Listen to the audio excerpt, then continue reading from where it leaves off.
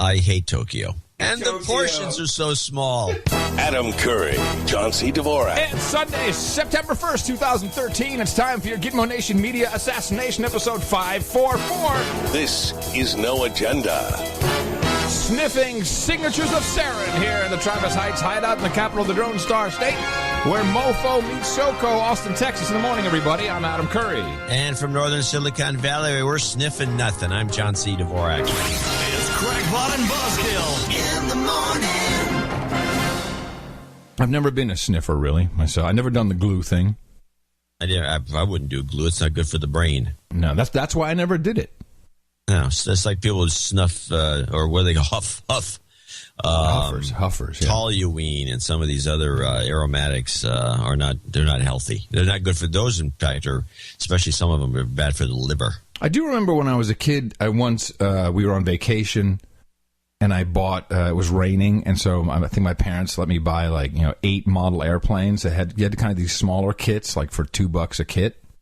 Yeah, these are the plastic ones. Plastic ones, yeah. And I built all 8 of them in one afternoon with the windows closed. Like, Mommy, I don't feel so good, Mommy. They feel a little nauseous. I remember my parents going, "Oh, fine, the kid's stoned." And I was like, "What are you talking about?" Can you imagine if you're like 6? Well, especially if you're painting, because there was this type of I think the brand was Testers, and it was called Dope. Dope, yeah, no, that's exactly what it was. Dope. I remember. It was this paint that you used on model planes, especially the high-end ones. Yeah, aptly named. And man, that stuff just smelled beautiful. It was good. It was good stuff. Really had a nice aroma. I also like the aromas of the engines of the kind of fuel they use, which is mostly alcohol. I always thought that was a pleasant. Oh, you're talking about the flying ones. Remember did you ever one of those airplanes that you had on like 2 strings and you had that's a what handle? I'm talking Yeah, exactly. It wasn't. It wasn't alcohol. What was the? Wasn't as easy as it looks, by the way, to fly the thing. That was like, and this is in novice mode, which would be like the engine all the way back at little ratchets. And then, so essentially, you had this plastic handle with a string on each side, and if you moved your hand up, then that would move the ailerons up, and so the plane would go up. And if you moved it down, then it would crash and burn and create a hole, which it did commonly, like instantly. And it was like, no worries, you can snap it right back together. Yeah. No, usually not. Mine was broken after one go. Yeah. Wow. Boom. Wow. That's interesting. Did you do that with your kids, or did you do this yourself? No, when I was a kid, we used to do that. Okay. Oh, so that carried over to when I was a kid, interestingly enough. I mean, there's still 10 years difference. Or 8 or whatever. Nowadays, I don't see so much of it. I think nowadays it's all remote control. Yeah, remote control. And no, probably less engines, because that was kind of the thing you just bought. You go down to the toy store. Now you need a license, and I'm sure the cops come if you're flying this thing around on the street. Yeah. Well, anyway, those little engines were cool. Yeah, they were. Anyway, so what do we got today? Any news? I didn't hear anything. Yeah, not much going on, unfortunately. I'm struggling to find anything. Huh. Yeah. So I guess we can talk about Syria. Do we have to? Just nothing else to talk about. All right, let me just kick it off with. Did you see this Press TV report? No. All right, so Press TV is, of course, from the Iranians. And I guess, do they broadcast? Are they on anywhere, or is it just all internet that we get them on? Or I've never seen them on anywhere except the internet. Yeah, and they do have English speaking hosts, and this was the report. This kind of summed it all up. Well, in Syria, the foreign-backed insurgents have taken responsibility for last week's chemical attack, which the US and its allies are blaming on the Syrian government. Militants in the Damascus suburb of Ghouta admitted to Dale Gavlak, a freelance AP journalist who broke the story for Mint Press News, that they received the chemical weapons from Saudi Arabia. The insurgents have also said that the casualties were the result of mishandling of the chemical ordnance, which happened because they were not properly trained how to handle such material. A few months ago, shocking footage posted on the internet showed insurgents testing chemical weapons on laboratory rabbits and making threats to use them against Syrians. Mohammed, you and your big feet again. You kicked that bottle over. I think there's merit. I think there's merit to this story, by the way. I think there is too. It makes a lot of sense. I'm a little too annoyed by the memes that we keep getting thrown at. Gassing their own people, massacring their own people. How does this make any sense in a war scenario? Hey, what are we going to do? I don't know. There's some of our buddies over there, some of our soldiers. Let's gas them. I think just for kicks because we're sick. My, even though I'm going to break my own rule, I found McCain, warmonger McCain, to be almost funny on Piers Morgan. Curiously, by the way, I think McCain, of all these guys, even though he's always presenting himself as some tough cookie, is maybe one of the funniest guys. I think he's got to be a great guy to go have a beer with. Yes, him and Rick Perry together. What a threesome we'd have. We'd swap dresses, the whole deal. It would be great. So here is warmonger McCain on the Piers Morgan show, which I know for a fact has less people watching than listen to this podcast. Yes, and all you do when you bring him on this show is promote get him him. a bigger audience. I know, but why can't we get McCain on this show? Would we do a guest if McCain came on the show for once? Would we break format? No, we're never going to do a guest. Okay, all right, good. Then we'll rule. But you can go interview him, and then we can put some clips on the show. Everything's got to be meta. This would turn out bad if I interviewed him, but he's almost. You listen to his voice. I've never heard him this excited. It's like he's on amphetamines or something. It's really interesting. First, he's going to lay out the whole Middle East in 45 seconds.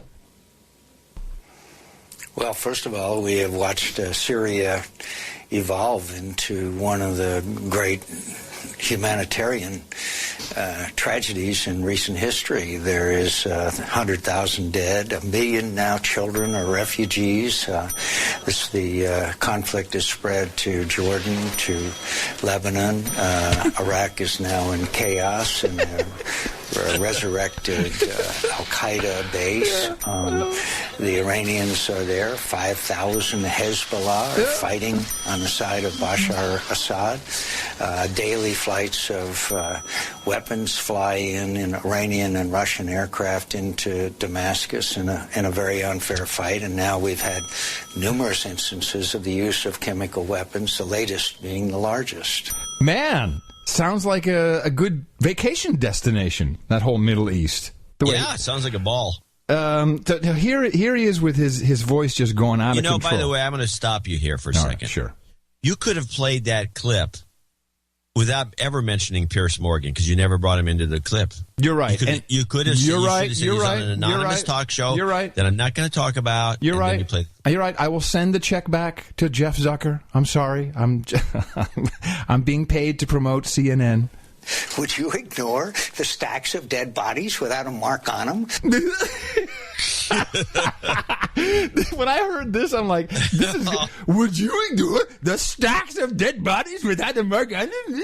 Would you ignore the stacks of dead bodies without a mark on them? And he's trying to make it that it's so ridiculous that he's laughing about it, but I'm not buying it. I think he's genuinely garnering some pleasure from this.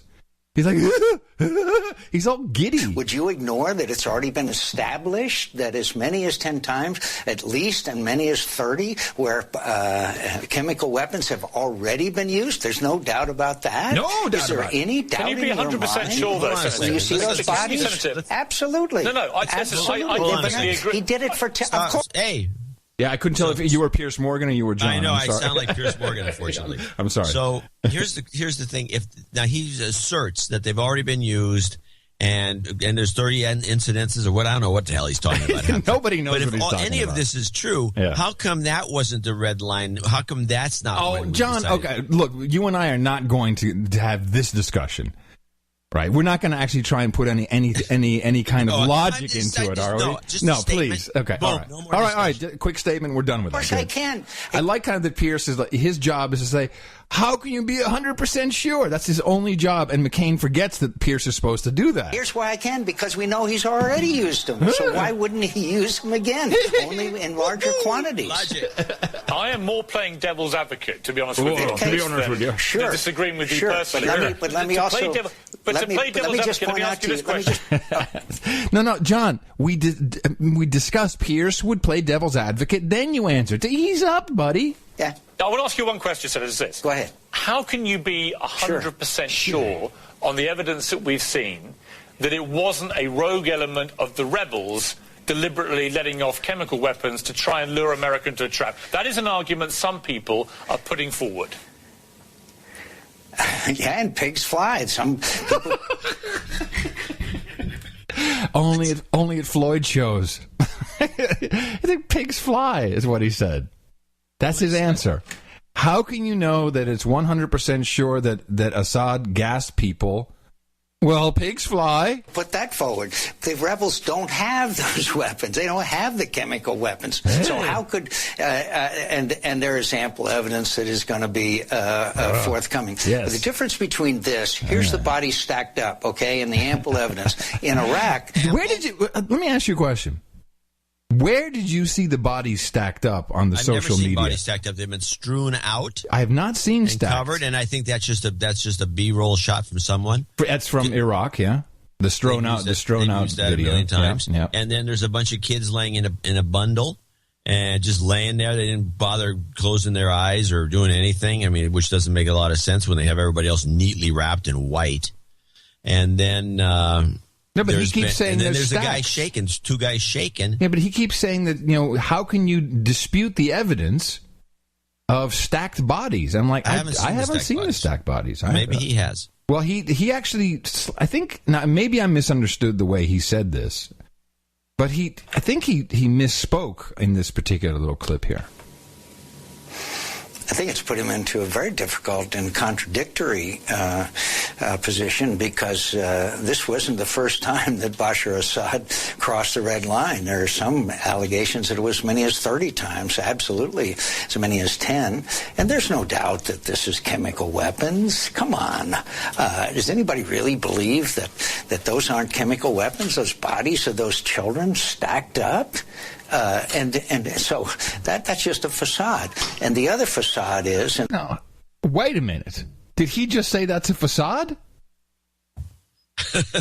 Yeah, he did. I mean, that's a good catch. I think he meant to say that he's people... just babbling away and the truth comes out. Yeah, it's like, don't give him beer before he goes on the air because he literally said... This is a facade. And there's no doubt that this is chemical weapons. Come on. Does anybody really believe that those aren't chemical weapons, those bodies of those children stacked up? And so that's just a facade. And the other facade... it's just a facade. Okay. Then he went on the Tonight Show. Yeah, he's pounding the drum. I would like, there used to be a rule. Here's my thinking on this. All right. Raytheon is at all-time high. It started skyrocketing. Wait, you're following the money. Hold on a second. $1.4 million a missile. Yes. And so Raytheon's really screaming in the stock market. Also, there is, they tried to computerize, which is very easy to do, computerize the documents because Congress and the aides and the congressmen can invest in anything they want to based on anything they know. They're not subject to any insider or anything.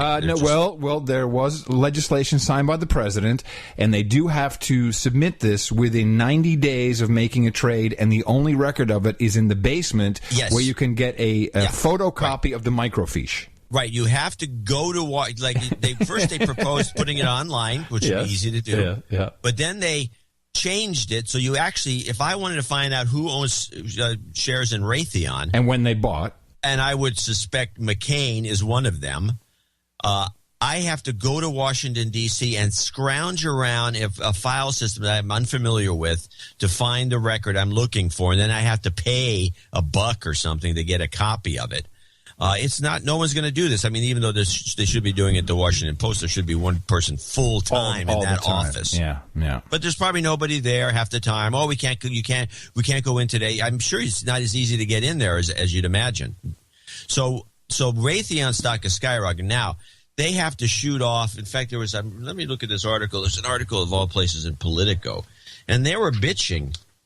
It says, reports the White House is planning attacks to punish Damascus for the use of chemical weapons sent Raytheon stock to a 2-week high. And have reawakened grumblings. It's listen to this, reawakening grumblings in Congress that the military doesn't buy enough Tomahawks. Quote, there have been many of us who have been concerned for years about maintaining our missile capabilities, said Rob. More rockets. Rob Bishop, Republican of Utah, a member of the House Armed Services Committee. Yeah. On paper, the Pentagon buys 196, multiply that by 1.4 million, Tomahawk missiles a year. Okay, can I just interject for 1 second? I'm looking at the chart because this is what you said it, and then I went and fact-checked you. In February of 2013, Raytheon stock, which is RTN on the New York Stock Exchange, was at, $44. Close on Friday, $75. It has that's like 80%. 80. Well, it's 80 to 85%. Right, and if you were buying puts or calls, you'd be buying some calls on that. Yeah, you make 10 times your money, and you'd be rolling in hookers and blow. And by the way, this is discouraging because we should have seen this coming up down Broadway. Yeah. Hey, the John, two of us should have you're the guy that's supposed to say, Adam, go buy these calls in Raytheon. I'm like, whatever. Just send me a link just so I can click on it. Now, of course, if this doesn't happen, because they were showing, if you remember some of the early clips, they got 80 missiles they're going to fire. They're going to fire 80 missiles on this ship and 40 from that. That's $150 million right there. During the sequester, I might add. Yeah, and let's forget what it costs to roll the ship out. Right.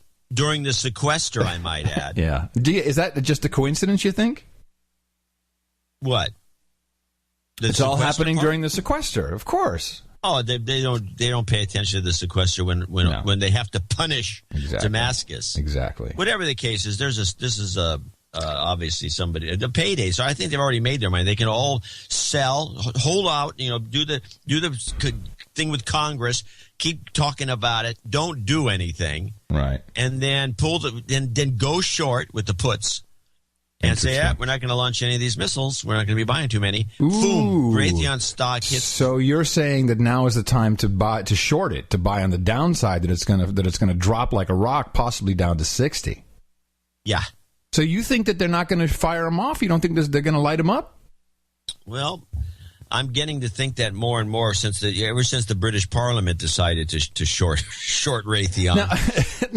Now let me ask you a question, because I looked at this, and of course people know that David Cameron went to his Parliament and said, "Oh, okay, let's the representatives of the British people, should we get involved?" And they said no. But when you look at the underlying facts, that there were 10 members of Parliament who were like, "Oh, I didn't know there was a vote going on. I was pooping.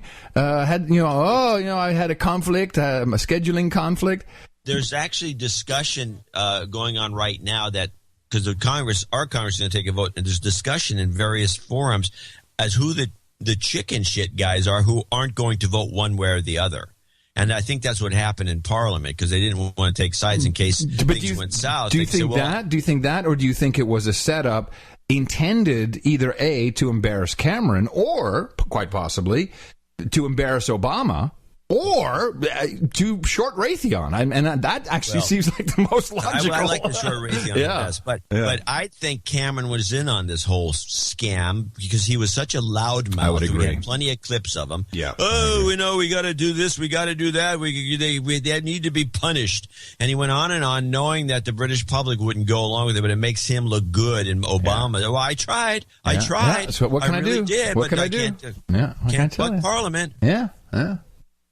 I don't think it makes them look bad at all. It's just, because it throws right back to the Parliament, and they decided. Now they left, all we have left is this idiot. Hold on. Here's, listen to what McCain had to say when he was on the Tonight. Did you see him on the Tonight Show? No, I missed that. All right, this is a short clip, and he talks about... Funny that you caught it.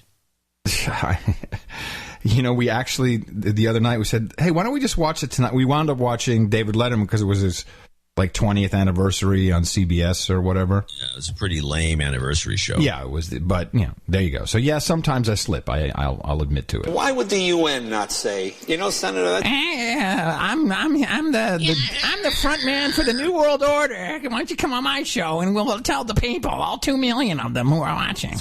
That's a good idea. Why don't we go bomb the runway? Why doesn't the... Let's go bomb the runway. This is how it's propagated to the American people. We're only going to bomb the runway. Don't worry. Hey, no problem. We're going to bomb the runway. No soldiers involved. Nobody's being killed. You're just blowing up land. Yeah, no one's going to be killed. We're just blowing up land, Jay. Why doesn't the UN go for this?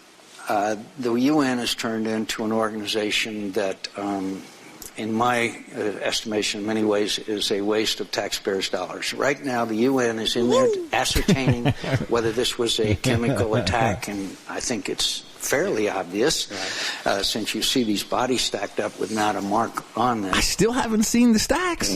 And the head of the United Nations has said, but we won't apportion blame.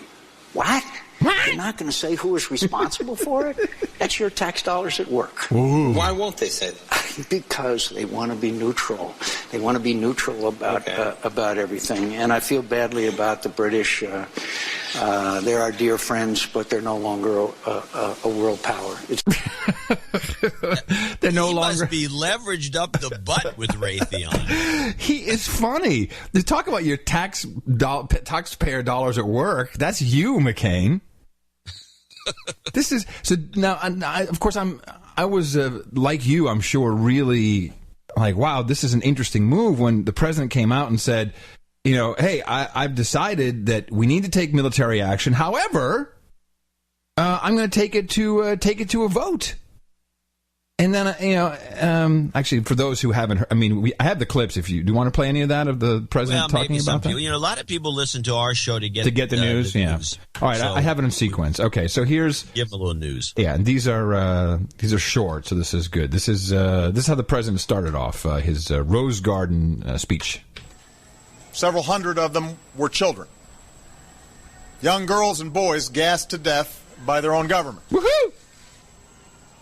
For this what end?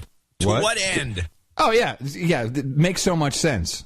Is an assault on human dignity. It also presents a serious danger to our national security. It risks making a mockery of the global prohibition on the use of chemical weapons. The global prohibition. This is a new term, John. The global prohibition. Yeah, that's a good It endangers our friends and our partners along Syria's borders, including Israel, Jordan, Turkey, Lebanon, and Iraq. It could lead to escalating use of chemical weapons. Yeah. Or their proliferation to terrorist groups who would do our people harm. So to me, what was that term again? I was just writing it down. I lost it. Prohibition, the global prohibition. Global prohibition. When the president comes out and says this, and any person who has not been mesmerized and hypnotized by the scan lines of your telescreen, you have to say, well, why would a guy do that? Is it just because he's like an evil dictator sitting there stroking his white pussy, laughing? And there's a problem. The real problem is Asma Assad, al-Assad. Is his wife. She's the problem in all of this because, she was in 2012 featured in Vogue magazine. She's born in the UK, educated in the UK, has been a fashion icon. And, Angelina Jolie and Brad Pitt hung out with them. They were, dining. And Angelina Jolie, who I think is the ambassador for all children and all things dying at the United Nations. And, where is she denouncing her friend Asma al-Assad? So now we have to go on this campaign to make sure we've got all the bases covered. This is USA Today. who do video, apparently. To today's cover story, another side to the conflict in Syria. The British-born wife of the Syrian president. Today's Erica Hill has her story. Erica, good morning. Okay, Erica, good morning. Could you please slander her? Matt, good morning to you. Asma al-Assad is standing by her man, smiling by his side as recent photos. And she's also inspiring some new comparisons to other famous wives. But what would that other famous wife be, John? Could you figure the meme out? Michelle Obama. No. Not the kind most people would want. No. In pictures, Asma Ava al-Assad Brown. No, Marie Antoinette.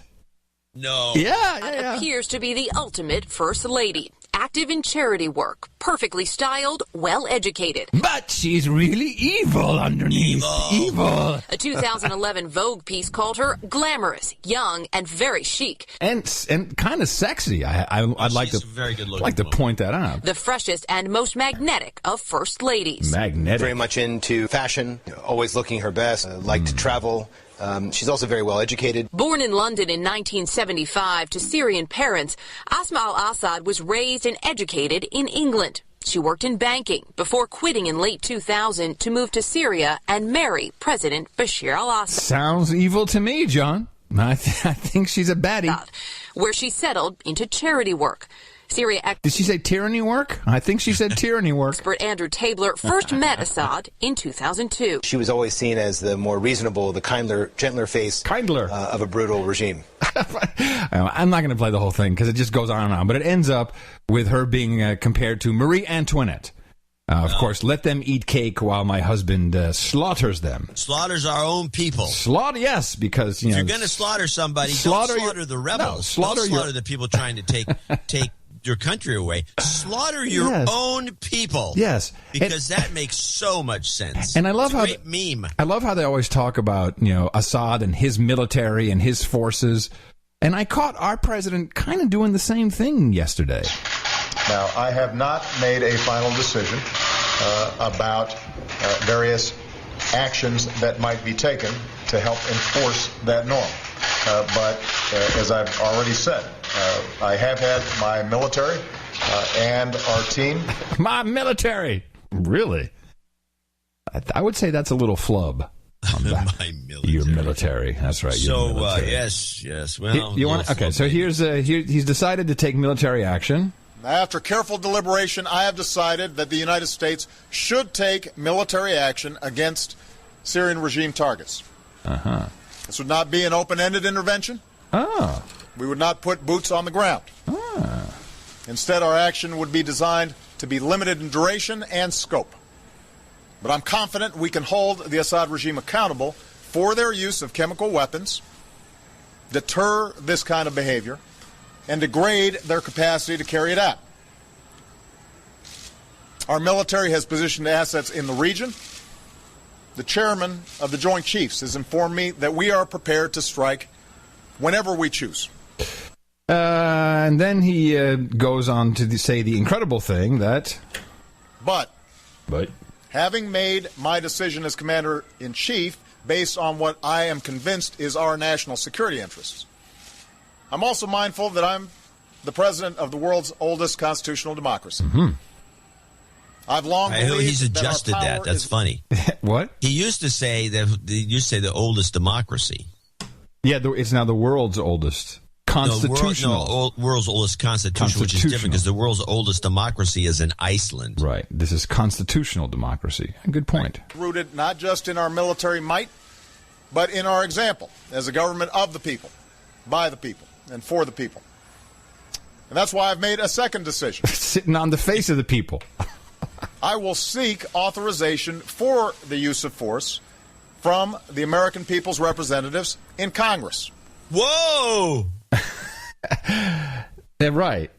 So yeah, I looked into this quite deeply because as a constitutional professor myself, I'm always interested when he brings this kind of stuff up and what exactly is he seeking, and I think that there's a lot of confusion. People, first of all, what he's doing is he's addressing the War Powers Resolution, which I'd like to point out is not called the War Powers Act. This is a big mistake I hear constantly on the mainstream news. It's a resolution, and the War Powers Resolution, doesn't really give anything.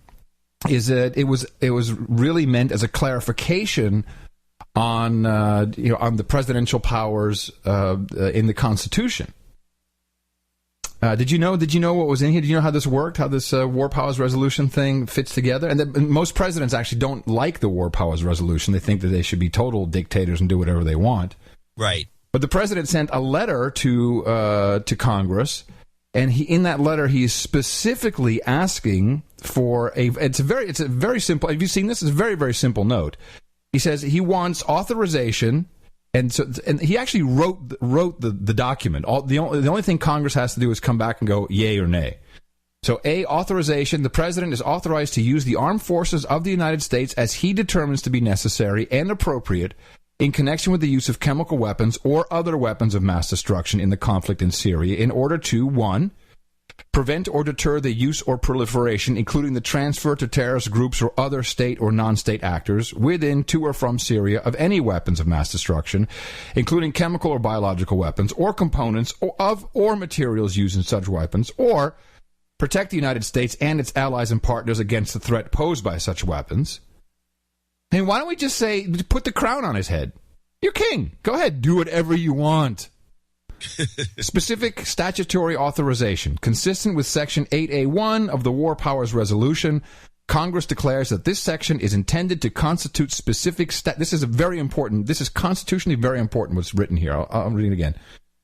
He's saying that this will be a vote, and this vote will say that consistent with Section A1 of the War Powers Resolution, Congress declares this section of the War Powers Resolution is intended to constitute specific statutory authorization within the meaning of 5B of the War Powers Resolution. And what he is saying is essentially what he said. Yet while I believe I have the authority to carry out this military action without specific congressional authorization, I know that the country will be stronger if we take this course, and our actions will be even more effective. So he's basically saying, I believe I can do whatever I want because it's not, he's not declaring war. This is all this sneaky stuff that they're trying to, it's all about the words. In the 18th century, the declaring war meant something different. It's like unless someone writes it up on paper with a quill and ink, it's not really the same. Wink, wink, nudge, nudge. So what is happening here is not just whether we go or not, it will forever, I would say, ratify the power of the president and what he can do with our military at his beck and call, essentially. Yeah, and it will be for all the presidents to come. Yes. Most presidents, by the way, have always said they found the War Powers Resolution to be, unconstitutional and doesn't adhere to them. They've all said, screw it, when I'm not listening to that. Well, that won't last for long. Well, so here's the question. Will the American people... What do you think Hillary's going to do? She's going to laugh when we kill him. That's her script. When we kill who? What do you mean when we killed who? Do you remember when we killed Gaddafi? So, that is the land of unconfirmed. Yes, we came, we saw, he died. I mean, when they kill Assad, she'd be laughing. Yeah, she's going to be laughing. Yeah, party time. Exactly, that's what she does. Yeah, killed another one. Oh, we killed him. What an idiot. And I took her dresses. Something like that. Yeah. So I got a few clips here where we're going to be stuck on this topic for a while today. I did kind of ask you a question. Yeah? And I'll ask it again. Do you think that the American people will, whether something happens or not, will cause enough ruckus to have their representatives in Congress say, no, we are not going to do this? Well, I think they already have. These congressmen all went home for the vacation, and everyone I've heard from that has come, that's talking from either home or they're already headed back, they've already gotten an earful. And I think that's the reason that the president wanted to get them back home earlier, because, they're supposed to be back on the 9th of September, but they're trying to get them home this weekend so they can discuss this problem. And I think the real reason is because these guys are just hearing it from the public going, what is this waste of money? And I'm sure they bring up stuff like the sequester and these missiles and what they really? Do you think there's anyone who's just the people that go to town hall meetings? Yes. Do you don't think anyone just says, hey, I have an idea. Hello, can we stop killing people? I'm just not all for that right now. Is it no one does that? They all talk about the money and the sequester. Yeah, you're probably right. How sad is that?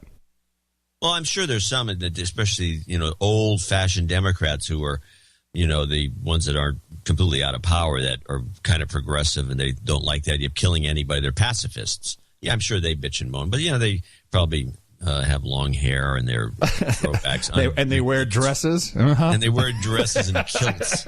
Hey, why take that guy serious. Hey, why are you tweeting during the show? That's not okay. I just tweeted once. You're answering a guy during the show. I'm not doing another one. I just happened to have, because you had me go retweet. I had the thing open and this guy annoyed me. I should have just said blocked. Blocked and report as spam. Blocked and report as spam. I do want to just take us back quickly, and then I want to hear what you found for us. I want to take us back to March 21st, 2011. It is U.S. policy that Gaddafi needs to go. But let me emphasize that we anticipate this transition to take place in a matter of days and not a matter of weeks. Just wanted to remind you of the days, not weeks, that last time that we did this. And we're still there. And how's Libya, by the way? Now that we've gotten rid of the evil dictator who was not only responsible for killing Americans in Pan Am Flight 103, but also for killing his own people. They seem really happy, don't they? I see nothing but disco balls and unicorns and rainbows and general joy. Use the word so. That's okay. You're trying to interrupt me. That's why you do it. For this day's not. I want to mention to people out there that we're the only produced broadcast of anyone that keeps pointing this out. This days, not weeks. Everyone else just says you played it once and then whatever. I'm just making it. The point there. So, sorry. Well, that's because we host and produce at the same time. Yes, and also we are only supported by the public. Yes. In fact, if I brought my mail up right now, would it be a good time to thank our executive producers? Only if I can say in the morning to you, John C. Dvorak. Well, in the morning to you, Adam Curry. In the morning to all ships at sea, boots on the ground, feet in the air, subs in the water, and also all the dames and knights out there. Yes, and in the morning to our human resources who have been in the chat room waiting diligently for the show to start, NoAgendaStream.com, NoAgendaChat.net. We played 12 minutes of Jimi Hendrix while you were getting your computer gear together, and we enjoyed that together. Thank you to our artist. Joshua Pettigrew comes in again with the artwork from NoAgendaArtGenerator.com. So he did 542 and 543. And it was just good. He had the missile going. And he had the little funny slogan with the font that was large enough. Yeah. He said, hey, Syria, here's a freedom coming. I think these artists are interesting because they all run in bursts. They do. Yeah, they do. You're right. They get on a roll and they hit, and then they... yeah. Well, it's hard. It's hard. It's very hard. It's like being a musician. You can't have hits all the time. Well, it's also like being us, John. I mean, we're twice a week. We try to have the best podcast in the universe. A couple of years ago, we had a bad show. Yeah. Gee, I remember it well. Yes. Wait a minute. Where's my harp sound? I can't find it. All right, let's thank a few of the executive producers, including Roy Pierce from Fort Pierce. Wait, I'm just recalling. Yes, it was around episode 200. Okay. It was 202, as a matter of fact. Roy Pierce, $1,111 and 0 cents. What? Yeah. Wow. He came in as an Insta-Night. Yeah, I'll say. Asked listeners to watch the movie President's Analyst. It was thought to be satire 45 years ago, but turned out to be mostly true. Wow, who was in this movie? Hold on. I can't remember. I vaguely remember. I think this was with the guy who used to play our man Flint. I'm guessing. Take a look. I'm taking a look right now. The President's Analyst, 1967 satirical. This is from the Book of Knowledge.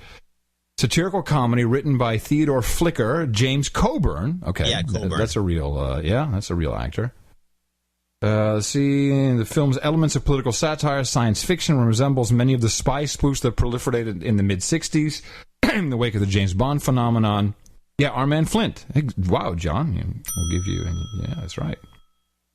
Okay, the film's themes include modern ethics and privacy concerns, specifically regarding the intrusion of the telecom system, working with the U.S. government into the private lives of the country's citizens. Oh, my God. This is so on my list. Yeah, you have to watch it. I've seen it recently. Wow. It is very fun. And it's funny. It's a funny movie. Although Colburn gets on your nerves because he plays this character, I don't know. Well, it's also the acting from the era 60s. Yeah, that's it's a little. It's also the much. Sets are really bright and all the rest. Right. Okay, cool. Anyway, good. No, watch that's our tip of the day for everybody out there. Thank you very much, Sir Roy. Will be knighting you, and does he have a specific name he wants for his knighthood? Is he on the list there? He's on the list. Sir Roy of Ancona is what he wants to be known as. Oh, that sounds reasonable. Yeah, totally. Donald Silva in Iwa Beach, Hawaii. You know, the guy, I'm not going to do that joke. $350. I have a note from him. He mailed this check in. He should be on the Knight's list because he had sent a bunch of checks in over Yes, yeah. He is on the list. He sent in 2 checks in 2011, 1 in 2012, and 3 this year. So he's getting up in the world. Today's donation of $350. My total will exceed 1,000. My ring size is 11. Please send me some good karma for better health. I've been in the hospital 3 times last month for high blood pressure. Oh, wow.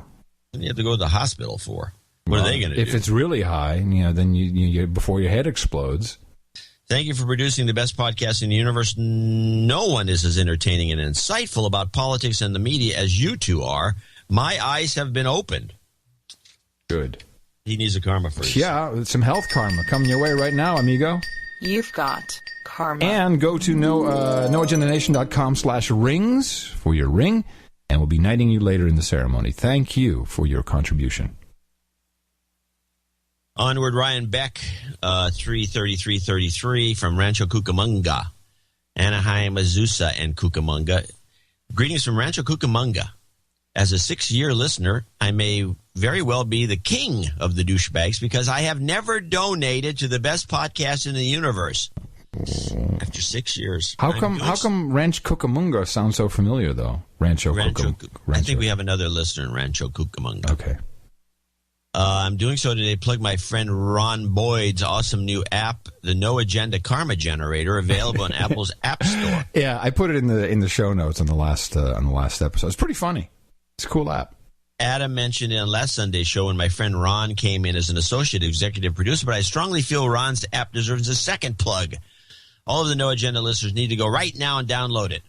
Ron's app is outstanding, as most of the jingles, blah, blah, blah. Yeah. Sorry to be such a cheap-ass bastard. I may never be able to give at the level of Baron von Pelsmachers, but I do hope to eventually become a knight. And by the way, he's the Grand Duke. Yes. Thank you for all the informative and entertaining shows. Please give me a de-douching and a Pelosi jobs. Absolutely. And again, it is the No Agenda Karma Generator in the iTunes App Store. You've been de-douched. Jobs, and jobs. Let's vote for jobs. You've got karma. There you go. I threw a karma in there as a little extra bonus. Thomas Ballard, 33333 from Wingo, Kentucky. Hell of a job with the show, Jansen. Now that I'm an executive producer, it's time to network. I've been writing movie scripts for a couple of years, and I can't get the things read. You're in Kentucky. John, easy now. But wait a minute. Now that if he puts his executive producer credit on his LinkedIn profile, that will help. People might be a little more interested all of a sudden. If any No Agenda brothers or sisters know anyone with Hollywood connections, I would deeply appreciate the help. I would even donate 5% of my bring home from any project coming from this to No Agenda. Right. Don't you know that movies never make money? That's not. No, whatever you get at the beginning is what you're going to get. Right. Contact me at Thomas_Ballard at yahoo.com.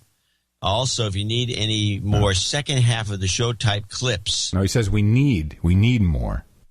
Oh. Yeah. Well, the problem is the first half is all consuming.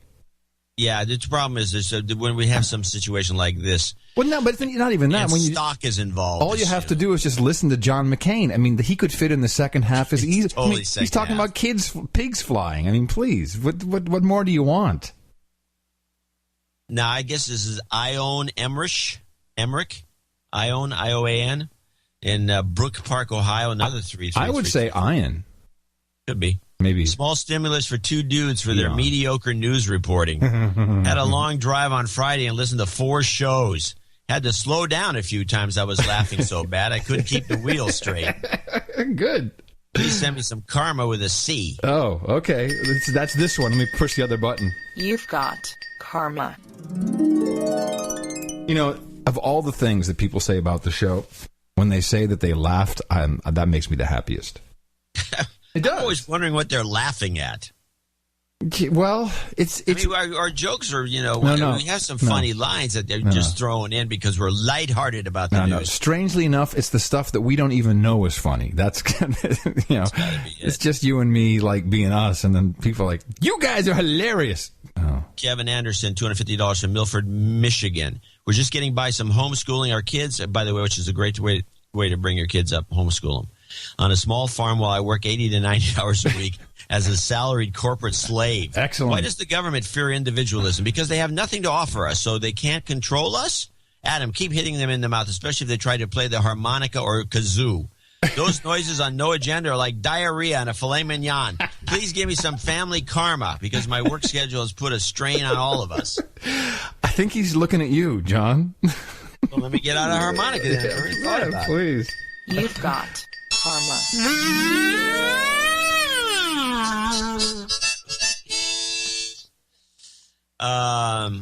Jeff Yerke in Concord, $202. And he says, in the morning, Napoleon and Ilya, thanks for my wife Laura's karma shot. She is on the road to a full recovery. Wow. We need to do more to promote the value for value model of the No Agenda healthcare model. All right. She apparently has, Lori was diagnosed with something, and then they found that she's cancer-free or something. So he's it came back completely negative. There was nothing in there. This is, and I don't know. You know Jeff better than I do. Yeah. But it sounded to me like one of those calls that you get from these a-holes, like, oh, you're precancerous, Oh, yeah, yeah. And they freak you out for a week, and then you got to go do your biopsy, and that's not fun. Yeah, no, the whole thing is terrible. Yeah. But anyway, Jeff's okay now. And it's Lori is more important. Yes. I like Jeff. Indeed. We're working on this project to digitize all the Red Fox material from the 60s. Yeah. Hi, John and Adam. This is Chuck Kohler, $201.33 Mountain Terrace, Washington. I was riding my bike into downtown Seattle over the Fremont Bridge. They have a daily counter of how many bikes cross, and it was 333. Yeah. 33.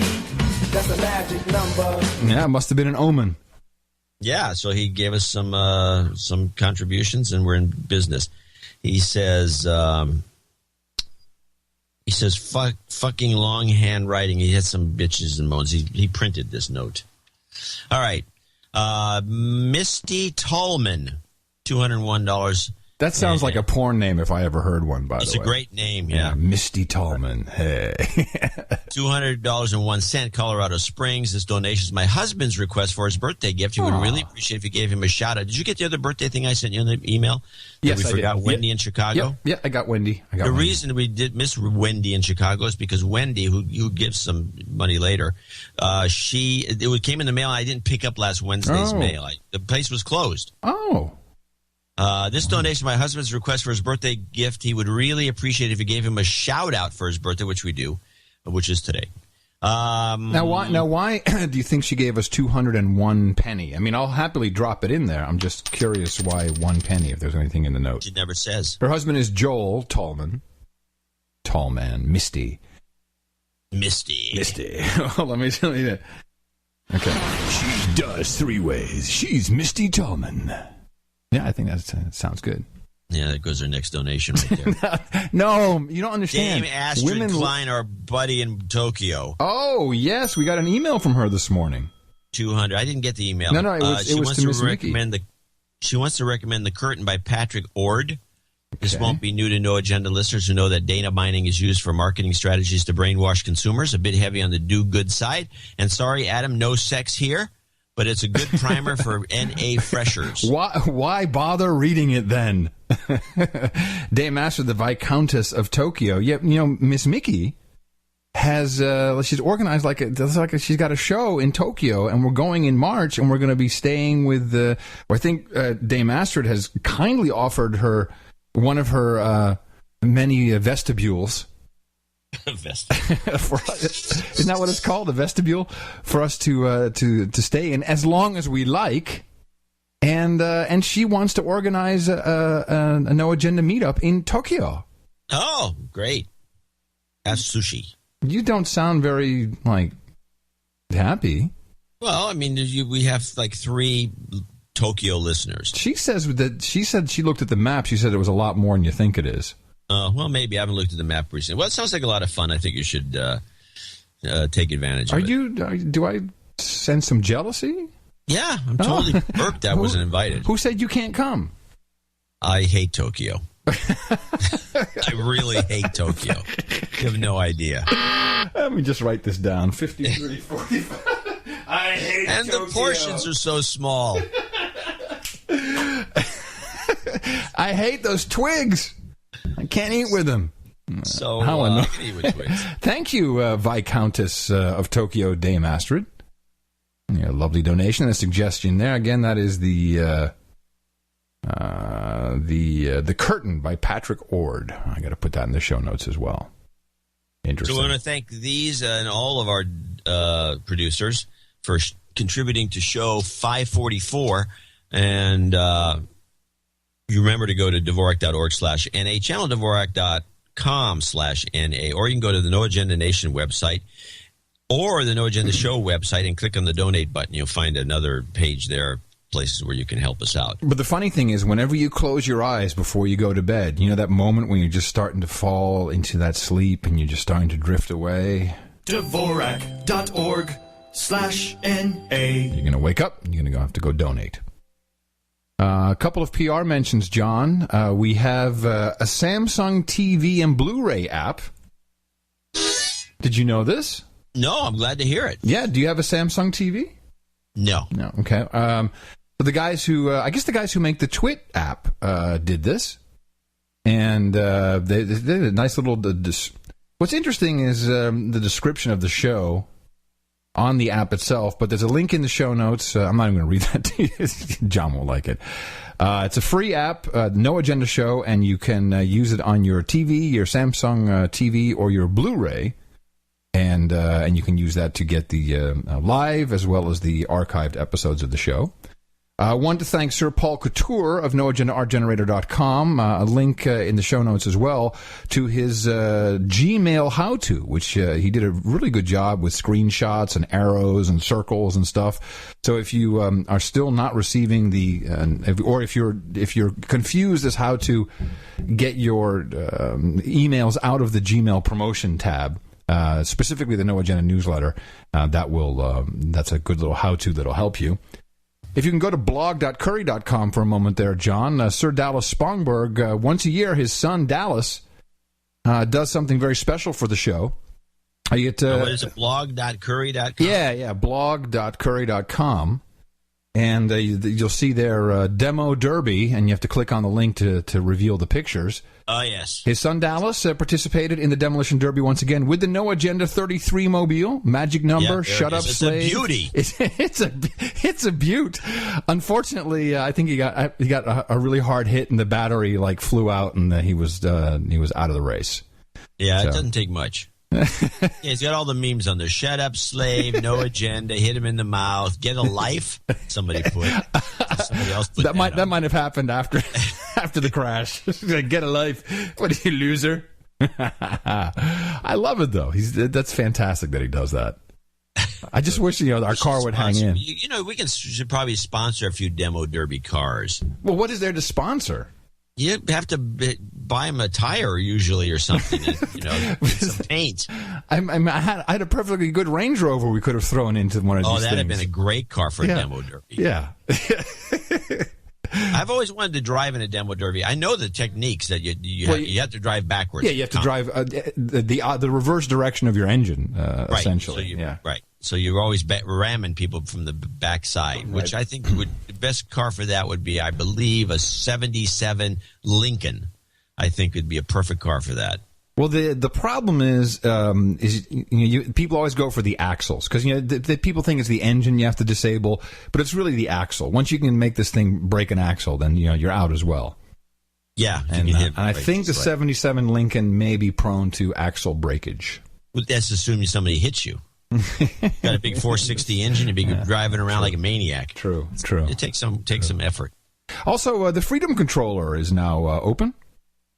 Good. Yeah, what I'm going to do is so only for people who are listening to the podcast live, you'll be able to sign up. Go to cart.curry.com, cart.curry.com, and you'll need the secret word. That's the one I'm going to change after the show. So if you're listening to the podcast, you're not going to be able to sign up for our beta. Only if you're listening live right now. And the secret word, of course, is in the morning. It's not a word. Yeah, it's all one word. No spaces in the morning. So that technically is a phrase, but it's all one word. Isn't that how you say it? All one word, all lowercase, no spaces? Yeah, that's what you do. Okay. All right. Well, let's take us out of this segment. Okay, I shall do that. Please do this one thing for us. It's the formula. Propagate it. Our formula is this. We go out, we hit people in the mouth.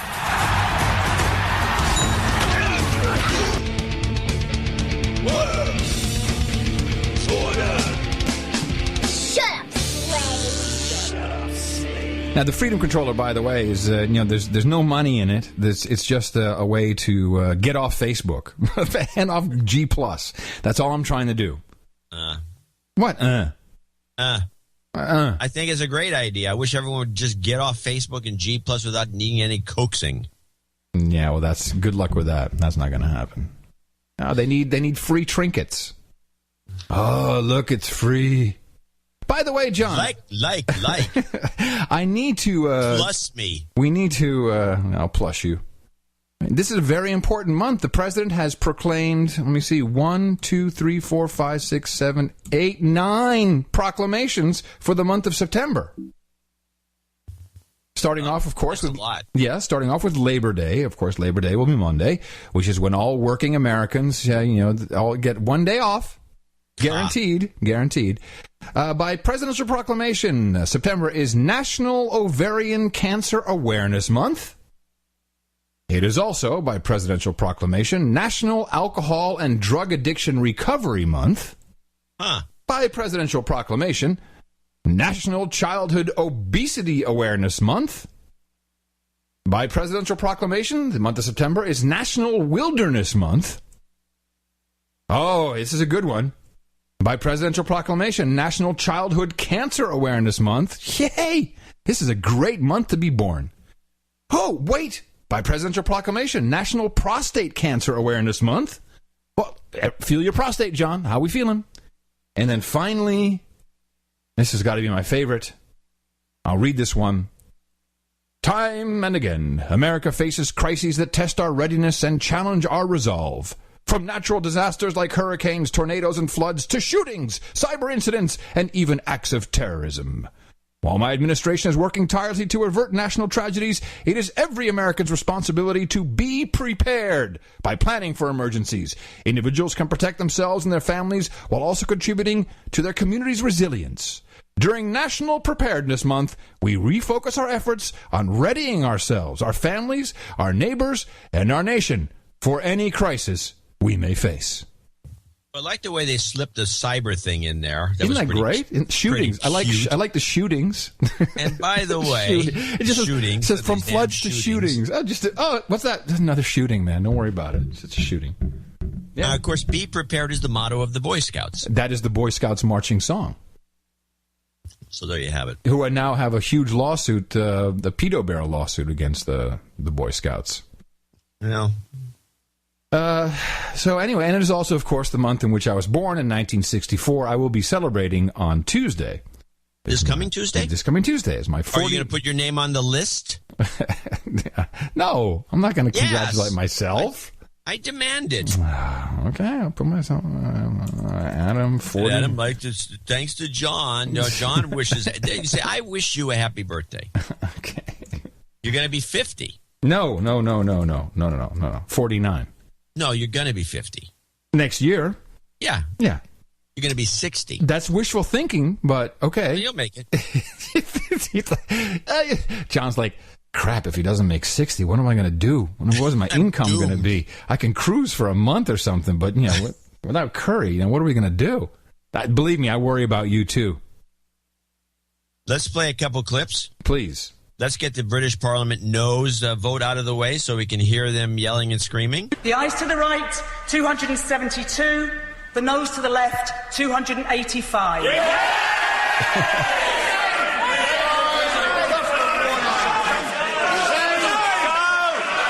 Thank you.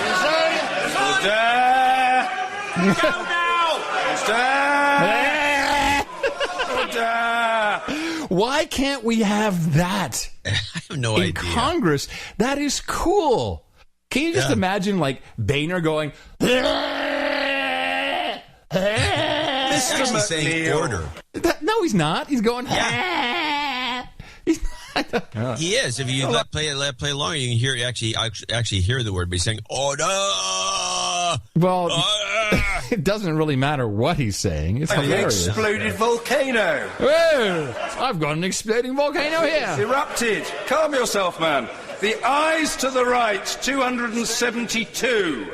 The no's to the left, 285. So the no's have it. The no's have it. Unlock. Unlock? I don't know what the unlock means. Someone's going to have to explain it. But there's there's somebody standing there, and then when he says unlock, they leave. They're not allowed out until the vote? Is that it? I don't know what the deal is. I guess maybe they lock them into place. The doorkeeper... Oh, no, it says right here, unlock. The doorkeepers then unlock the door to the division lobbies. Yeah, so I guess they're kept in until the vote is counted. Yeah. I like that. We should do that at school. Lock them in, then gas them. Should do it at school. Unlock. All right, now you can leave. So I've got I've teased this in the newsletter, and I think it's a good time to play it because we're still talking about Syria a little bit. I do have a couple of things about Syria I want to mention, but we might as well do. I've decided that if I'm going to play any John Kerry clips. I'm sorry, you mean John F. Kerry? John F. Kerry clips. I am going to sweeten them. And so I've decided that, what would be the absolute best thing? Because the guy's a slow talker and there's some issues. I don't want to speed him up. I don't want to get into that debate. Have you noticed the lizard tongue on that dude? Oh, yeah, he sticks it out a lot. And it's a little bitty pointy thing. And I have kind of creepy, actually. I have learned from the agency professionals that when you're evaluating someone talking, whenever they stick their tongue out, that's usually right after the lie. And if you really look at when he's talking, and that tongue, and it's freaky. Yeah, it's a freaky. Could you imagine tonguing tongue. That guy? Ugh, that's a really horrible thought. Well, thanks for bringing it up. My pleasure. So, yeah, that's interesting because I was... it's like a tell. It's an interesting tell. Well, we should pay more attention to it. But so I decided, what would be the only thing that would make sense in a way to sweeten his little speech? So here's a little 2 minutes of Kerry delivering his commentary about the crisis in Syria. President Obama has spent many days now consulting with Congress and talking with leaders around the world about the situation in Syria. Last night, the president asked all of us on his national security team to consult with the leaders of Congress as well, including the leadership of the Congressional National Security Committees. And he asked us to consult about what we know regarding the horrific chemical weapons attack in the Damascus suburbs last week. I will tell you that as someone who spent nearly 3 decades in the United States Congress, I know that consultation is the right way for a president and to approach a decision of when and how and if to use military force. And it's important to ask the tough questions and get the tough answers before taking action, not just afterwards. And I believe, as President Obama does, that it is also important to discuss this directly with the American people. That's our responsibility, to talk to the citizens who have entrusted all of us in the administration and the Congress with responsibility for their security. That's why this morning's release of our government's unclassified estimate of what took place in Syria is so important. Its findings are as clear as they are compelling. I'm not asking you to take my word for it. Read for yourself, everyone, those listening, all of you. Read for yourselves the evidence from thousands of sources, evidence that is already publicly available. And read for yourselves the verdict reached by our intelligence community about the chemical weapons attack the Assad regime inflicted on the opposition and on opposition-controlled or contested neighborhoods in the Damascus suburbs on the early morning of August 21st. So, what part did you actually sweeten, John? couldn't quite figure out the... Oh, that's pretty good. Could have been 40 seconds shorter, probably. Yeah, probably. I got something kind of similar that our producer Drew did. And you just tell me when you think it's enough, but I thought he did a very good job, something similar, but of course not with the finesse. I mean, doing a laugh track in the right spot is, that takes kind of some expertise. 12 channels on that baby. As a father, I can't get the image out of my head of a man who held up his dead child, wailing while chaos swirled around him. The images of entire families dead in their beds without a drop of blood or even a visible wound. Bodies contorting in spasms. Human suffering that we can never ignore. This is so sick. The Chinese drone campaign in Pakistan has killed dozens of civilians who've gone to rescue victims or were attending funerals. Anyone who could claim that an attack of this staggering scale could be contrived or fabricated needs to check their conscience and their own moral compass. Between 282 and 535 civilians have been reported as killed, including more than 60 children. Everything these images... I'll play it as an end-of-show clip. I like it. It's good, yeah, but it goes on for like 3 more minutes. I'll play at the end of show clip. But so it's just a long clip. Yeah, what I love what he did though is he overlaid the talking points of I like that of the dingbat and Carrie. Yeah, no, and the banjo that kind of does it for me.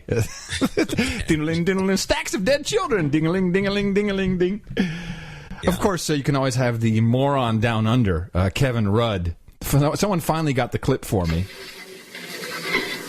I said at the outset that our intention is that Australia would be represented by the Foreign Minister, but I would continue to be in consultation with global leaders on this question. We are in uncertain times. That's just the truth of it. It would be quite wrong of me to pretend to any of you that these are normal times. It is not normal for a government in the world to take weapons of mass destruction. Can you believe that he actually slipped on that one? Wow. What an idiot. That is a good clip. What an idiot. Well, the quality is... It's rough getting stuff from... I don't know what's going on. I mean, I'm trying to follow the election there. But it's... Well, you usually can get your stuff from ABC. Yeah. Australian Broadcasting Corporation. They have a website that... Yeah. I've gotten clips from. Yeah, but this one was unfindable for some reason. So there's these two guys on our nation's treasure PBS NewsHour. SOA. And Shields and Brooks. Brooks is the guy from the New York Times, and he's represents the Republicans, and Shields the Obama bot, or the O-bot. And we'll talk about, I'm sure, O-bots later in the show. Yes. So, It's okay. It's not actually. It's not okay. It's just not okay. When you become, it's okay to be self-aware, but it's very embarrassing for quite a while. It doesn't. Anyways, whatever's. We've got Brooks. I got a bunch of clips. Here's what I've seen. I've never seen him do this. He looked extremely nervous. He wasn't in the studio. He couldn't be in the studio because Shields would be looking at him. And he was playing the role of an Obot, even though he's the Republican. Really? But it wasn't just that. He was delivering the talking points of one of the intelligence agencies. I realized watching this, he was so nervous about it and doing it so poorly because I don't think they call on him much because, he's not like Woodward, who's like does all these books. And he just seemed upset, but he I guess the call comes in, you're working for these guys. And they said, look, here's what you have to do. These are the talking points. You got to get them across. You're gassing their own people, massacre. We got to get these missiles launched because of this Raytheon stock. The stock is too high. We got to blow some cork. Well, I don't know if, as awful as that regime is, I'm not sure we necessarily want to topple it given the alternatives, which is anarchy. The second thing is they're decision makers. So you're trying to change their calculus. If you raise the cost of doing what they're doing, there's a chance they won't do it again. That does happen, and it has happened many times in world history that you raise the cost, they don't do it again. Now, there is a chance that they will do it again, and then we'll have to make another call. Do we want to escalate? And that's clearly a danger. But I do think the idea, if the U.S. says something about weapons of mass destruction, about whether it's in Iran or in Syria, and we do nothing, then the entire non-proliferation regime, which the U.S. has basically been leading for the past 70 or 80 years, that begins to fray badly, and the costs down the road are much worse. So raise the costs for Assad, and then see what happens. Wow. And you're right, he's doing it very poorly because he didn't even get Iraq in there. He's very nervous. Yeah, I've never seen him so nervous. He's like, oh, God, I have to do this. And again, why would you say, well, we're not trying to do regime change. We're just going to, throw a few missiles there. It's just only going to blow up land. It's just a runway. No one's going to die. So Shields, who's beside himself listening to this guy, because it's the arguments he should be using, right, took the other side saying, well, well, it's an upside down world now. At one point, he says, I think you're completely wrong. And it was a very strange debate but play the second clip and we hear where Shields comes back. I'm not going to, this thing went on for a long time, so I have it pretty shortened it up quite a bit. What about that, Mark? Well, I mean, I'm just not sure, Judy, how the costs are being raised. I mean, by simply hitting him with missiles one time, twice. What's been emphasized over and over again is how short this is going to be. It's not open-ended. It's very brief. I Days, just not weeks. We've gone through this. What the president is fighting is exactly what Prime Minister Cameron is fighting, and that is it's the legacy, the poisoning of the well from Iraq. And it's only 11 years ago, this very week, that the Vice President of the United States said, I can assure you they have weapons of mass destruction, that Saddam Hussein is going to use them against us, against our allies, and against our friends. What I find interesting is that there's no Libya talk here. No one is, it's all, of course, about Colin Powell and Condoleezza Rice and the Project for a New American Century and Bush, etc. But we're talking in 2011, only 2 years ago. We went through this in Libya, and so far the result is weapons everywhere. It's a mess. Dead ambassador. It's guys. It's a mess. It's a fucking mess, is what it is. And no one brings that up. I don't understand. Well, no, I do, of course. But obviously, you feign.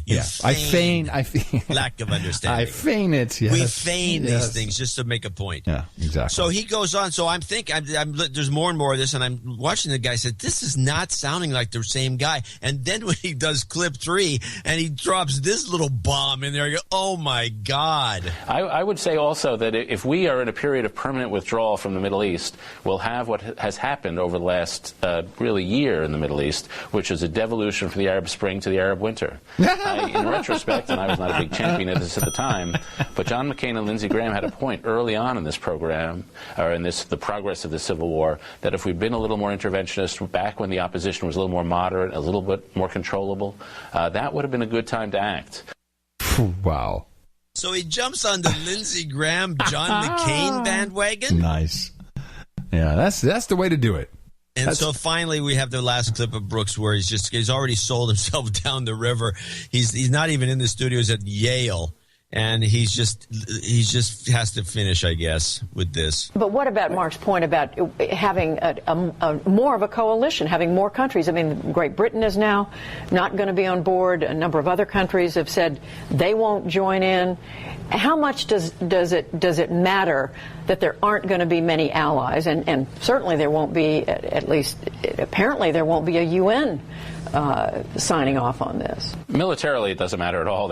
You can find some British and French sailors and stick them on the thing, but they don't really add much. These are American forces that only have the capacity to do this. As for international legitimate... Wait, John, this weekend, I'm going to go find me some French sailors and stick them on a thing. Just stick him on a thing. It doesn't matter. He takes the... normally, if it was actually Brooks talking, he would bring up the simple fact that it is illegal by international law that we've signed on to do this. No. It is totally illegal. And the funny thing is we're scolding, Syria because they're illegal weapons of gas. Of gas. We're ourselves violating the international. He doesn't even nobody touches that. I got 2 words for you. Hiroshima and Nagasaki. It's what the words I got for you. But that's nothing compared to the danger of grabbing a couple of French soldiers and sticking them on a thing. And I'll tell you, I'm glad I'm wearing my dress. As for international legitimacy, listen, gassing your own people is not a close call as far as I'm concerned. That demands a response. I thought that was pretty much settled since World War I. The fact that other... Wasn't it the Brits, actually, who used gas in World War I? Gas. Yeah, it was the Brits, right? I think so. I think so, too. Countries don't want to sign on, and by the way, a lot do want to sign on, do support the idea. That doesn't seem morally problematic when you got the atrocity and the case this clear. To me, the tough call, and I agree with Mark on this, the tough call is not whether some gross violation of international law was done. The tough call is whether what we do, lobbing a few cruise missiles, will do any good. And I'm perfectly persuadable that it'll do no good and lead to harm. That's not the right talking point. Lobbied a few. These are pinpoint accuracy. The idea that we should do nothing, that international law has not been grossly violated, that to me is a debate that's pretty clear. Oh, man. I mean, I'd be throwing stuff at the TV at this point. There's some meta things that I'm seeing going on here that I wanted to point out, John, and maybe that'll help us hone in a little bit. And I think you and I are pretty much in agreement. We know that this is, as the president misspoke at the beginning of the week, this is really about the free flow of energy in the region. Now, we know that that's really what it's about. We know that Israel has now become a net positive supplier with the Leviathan field up through Cyprus. It's competing with the Russians. We know that our fracking is supposed to compete with the Russians, with the Russian gas. Of course, our fracking isn't working out too well. So it's a geopolitical struggle, which has nothing to do with so-called gassing of a couple of kids. Here's some meta information from the Federal Register, arms sale notification. And this is end of July. Dear Mr. Speaker, pursuant to the reporting requirements, Section 36B1 of the Arms Export Control Act, as amended, we are forwarding herewith transmittal number 13.38 concerning Department of the Air Force's proposed letters of offer and acceptance to the Kingdom of Saudi Arabia for defense articles and services estimated to cost $1.2 billion. So we had a nice little sale. And this, of course, they always have to, write down the specifications. Major defense equipment, $0 billion. Other, $1.2 billion. Total, $1.2 billion. So we sent some other over there. I always love the other. Now, the thing that is, by the way, and this also kind of happened while we weren't paying attention. We're not doing buybacks, okay? Once you buy our crap, you're taking our crap. And this was slipped into a little ditty that Joe Biden came out with where, part of this executive action, which is not an order, that's another interesting term the administration has come up with, executive action, where you can no longer register certain types of firearms to a corporation or a nonprofit. It has to be an individual who can be background checked. But who gives a crap about that? This is what blew me away. The second action we're taking is to prevent military-grade firearms from being re-imported back in the United States. Listen carefully. As all of you know, we sell military-grade firearms. Yes, and by the way, we're quite proud of it. We're very happy to sell crap to other people that kill people. Military firearms to our allies. That's right, to kill our enemies. To our around the world. And those firearms are not able to be imported back into the United States without U.S. government approval. So we've said all sales are final. You can't send them back. No, I think there's actually. I heard this and I was thinking, and it always harkens back to my. I had a clip about 4 years ago. You'll remember it, where the Mexicans are confiscating all the guns from these guys and then grinding them up. And at the same time, this is a point I've made a couple of times on the show, they grind up all these weapons that they confiscate, these submachine guns and everything else, and then they bitch and moan that they don't have any weapons to fight the cartels. Well, you just ground up a bunch of weapons you could have used to fight the cartels. But so I always thought that was – this is about one thing and one thing only. More sales. More sales, especially domestically. Yeah, you don't want people. You don't want to. This is what I think a lot of this gun act, besides trying to get Republican women to vote Democrat. More sales. You don't want.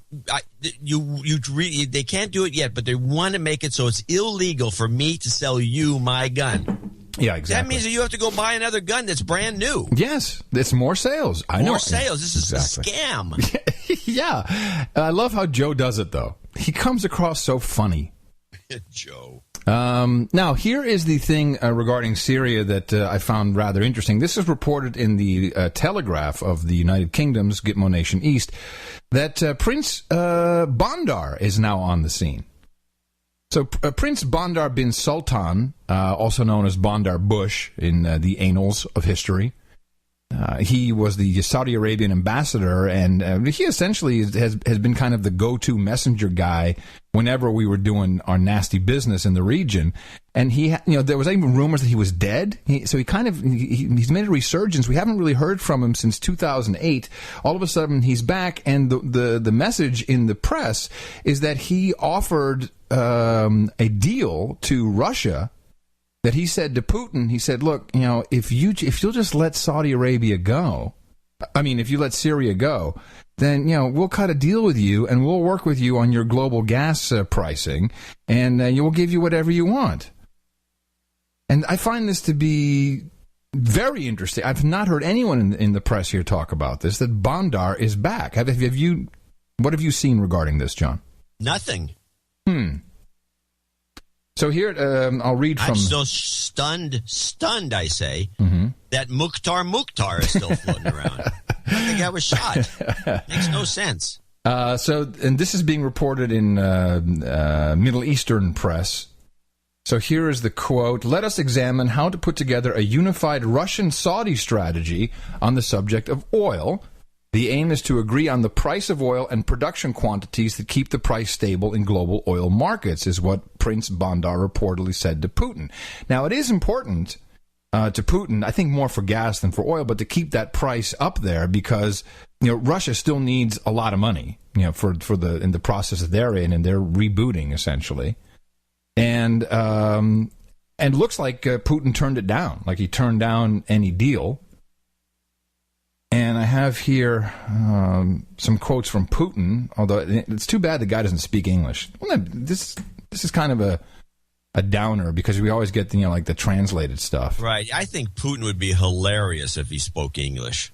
Yeah. Well, the translations are always all kind of good. It says, I would like to address Obama as a Nobel Peace Prize laureate.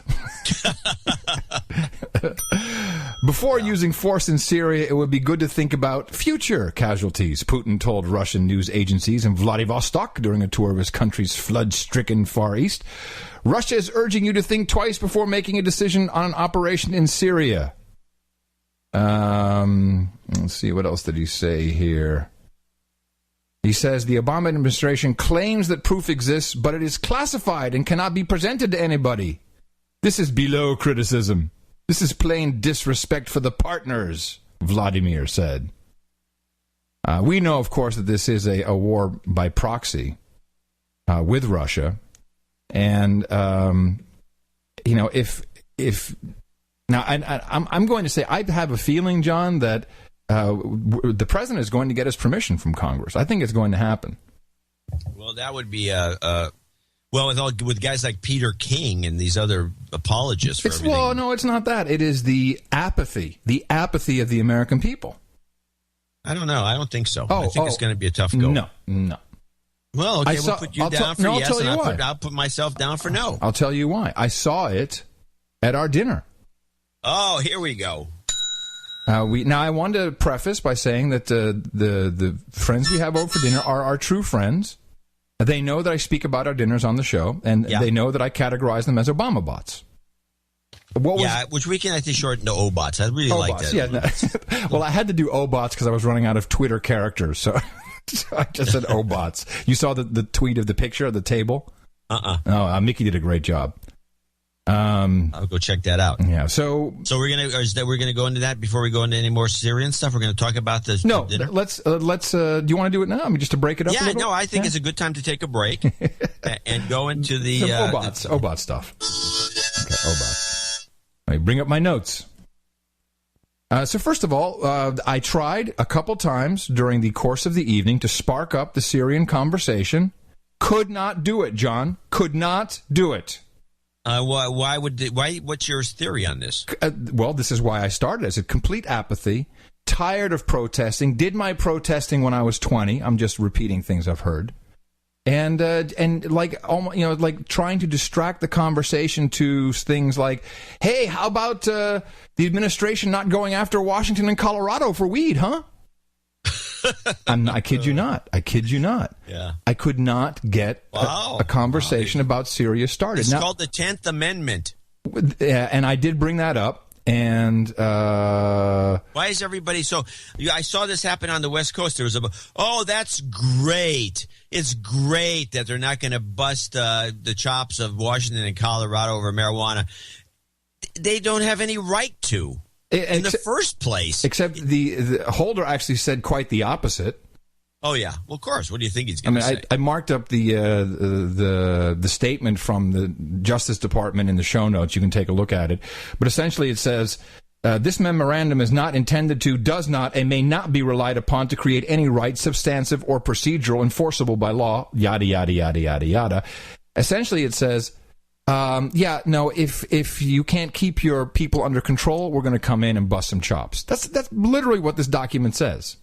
Yeah. Like if you got people selling to minors, we're going to come in and we're going to you start moving across state border, you got a problem. We're going to occupy your state. Yeah, because heaven forbid, we know that nobody in Oregon wants to get any of that dope from those people in Washington. It's nuts, especially around the Portland area. So as the evening progressed.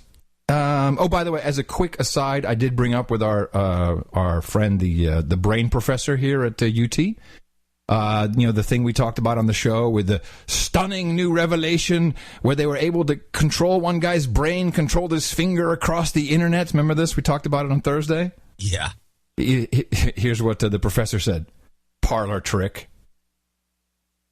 I like that. Yeah, so I thought that was good. Imagine. Imagine. Yeah. No, he says parlor trick. No, it's whatever. He says parlor trick. Big deal. Yeah, same thing. So the feeling that I got is that the OBOTs are drawing inward, and they are only going to be concerned with themselves. They're locking out. It's kind of like sticking your fingers and you're going, no, not hearing it, not happening. That is the. And witness the conversation about 23andMe came up. Are you familiar with 23andMe? Oh, yeah. Yeah, everybody's a big fan of this. Right. So now I know that, our friends are... I found out that my great uncle's grandfather's father's father was a Visigoth, and he's subject to toenail fungus. There's a disease, so I got to really be careful I don't get toenail fungus from my genes. Okay, so this is almost exactly what was said. Except it was, I shared my DNA. It's a social network, you see. So I've shared my DNA. I found out I'm black.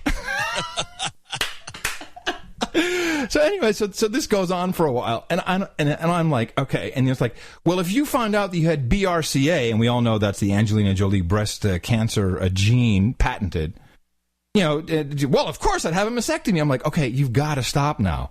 It's like what I'm missing from your social network is, where is the, like I'm going to live a happy, fulfilled life. And no, there's none of that. It's all exactly what you said. Don't get the toenail fungus.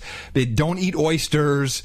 I'm not kidding, John. Literally. Yeah, no, it's horrible. It's like they're making worse than all the personality disorders you can possibly have. This has got to be way beyond anything you could naturally develop. All right. So I'm pushing against this, right? And Mickey's pushing against it from her own. Mickey is much more spiritually inclined than I am. And she believes in unicorns and rainbows, and I put it in the Red Book, and I promise we'll get it to her. However, at a certain point, it's like, you're going to be, just saying, you're going to be doing this. You're going to have your DNA, Adam, right? You're going to do this because medicine, it's going to be tailored for you. They're going to make medication, and it's going, so, I'm like, what? I'm going to live forever? And then here's the quote from the professor. It's just math. What? Yeah. So everything in the universe, every way you're related, everything that you have, everything that you might have, every way to fix you, it's just math, right? And I'm like, well, no. Show me the calculation. No. And we got into a heated argument. Like, no, it's just math. We haven't been able to do all the calculations yet, but you will live forever. It's just math. I don't know where this live forever thing has gotten so far. There's a billboard off of Highway 880 going south through Oakland that says the first person to live to be 150 is alive today, indicating that there's somebody. This is not good. This is not a good development. Have you ever seen a person who was 110? You don't want to tongue them. It's not. You seem to be on this tongue theory. It's the whole. It's the dress. Anyway. So what I noticed is that this is kind of the directions it's headed. It's the quantified self, the transhumanist agenda. But the also sticking your fingers in your like, look, I protested against all this. I'm done. It's not my turn. I didn't do it. I'm going to check my DNA. And by the way, I got itsjustmath.org. I had to get that one. I just like, I'll find a reason for this website eventually. And I think that this is the apathy is just. It's there. It's justmath.org was available? Yeah, not .com, but .org was available. Yeah. Well, still. Yeah, it's pretty good. Yeah. But that is the new thing. It's science. Well, let's take a look at this objectively. First of all, we have these Obots who are out there by the droves, and they all voted this guy in for all kinds of reasons. None of them were fulfilled, just a lot of promises and no. Apparently, they're related. We're all African Americans now. Yeah, well, that's a good thing. Well, actually, technically, I think there's some truth to that. So whatever the case, it's beside the point. They have literally given up hope. Yeah. I mean, I can just see, this is again, I think of the book, The Beast in the Garden, about Nazi Germany in the 30s. In the Garden of the Beast? In the Garden of the Beast. Sorry. Don't eat your seed corn. It's that period where people were just like putting up with this encroachment and then giving up. These people just gave up. That is what I saw. Yeah, they gave up. They gave up. I'm done. I've had it. And they want to live to be 150, but they just as soon die miserable in a totalitarian system. I don't. Well, the thing is, where was these are some of the same people who had all the fire for the the Texas abortion clinic legislation, the abortion legislation, who were all in and jumping around and but now when it comes to this, I think it's because they don't have the information, or it's too confusing. I think, because even if you say, oh, look, so do you understand you got the Sunnis, you got the Shias, then you got, the crazy Salafis who were thrown in by Saudi Arabia. This goes back to the Ottoman Empire. This is started in 700, and then it doesn't, they can't process it for some reason. It doesn't take much to process arming ourselves to the hilt and then waltzing over to the Mediterranean and launching $1.4 million missiles by the dozens at some essentially a country that can't defend itself to punish them.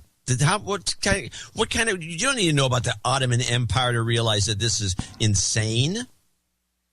So then I would say what is happening is that people of high intellect can't live with their inner self revolting against itself. Got somebody at that party who you mentioned this before, who once said, "I would never have dinner with a Republican." that wasn't one of these people, but yes, yes, that person was not here, and it was, "I could never have dinner with a Republican." Right, and so if you have that sort of mentality, now having to deal with this Obama.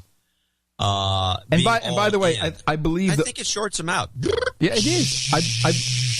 I still think our OBOT friends think we're secretly Republicans because they can't even parse that I'm agnostic to it, that I'm not joining any club with stickers. These Republicans are worse. Yeah, but you know what I'm saying? It's like they can't even think that I'm just a free-thinking dude who, by the way, can't be done. You have to be part of a party. And by the way, when Mickey does this, it's sexy because here's this 6'1" Amazon on her, and she's got her heels on. She's 7 feet tall, and she's just like not having any of it. And that is the worst because Republicans generally are ugly. So it's like they think we're Republicans, they know we're not, but then they see this, and it's a mind. It messes with their brain. Yeah. It really, really does. And it almost. I think for the first time it got a little ugly. Between you and the doctor? No. Just in general. Because you think you maybe you shouldn't have even gone anywhere. You should have just let them talk about their. No, but by the way, that 23andMe, or whatever it's called. Yeah, that's Sergei's ex-wife. Yeah, Sergei. That's how the conversation started. He dumped her. Yeah, for some young bimbo. Yeah, hello. Have you seen her? Yeah. So anyway, so that is what I have observed. I have observed that the OBOTs cannot handle the obvious atrocity, will not rise in opposition because whatever social pressures they feel. However, they identify very much with the technology of the age and the science and the math, and we're all related. We're all going to live forever. It's like magic. It's like alchemy. And that, and as long as I can have some gadget that I can wear that will beep and tell me I'm doing okay, it's like they're falling for illusions. Does that make sense? It's weird. How's the meal? The meal was actually pretty good. So here's what we had. I decided to do something which John scoffed at. I made a watermelon gazpacho. And John was like, "Oh, God.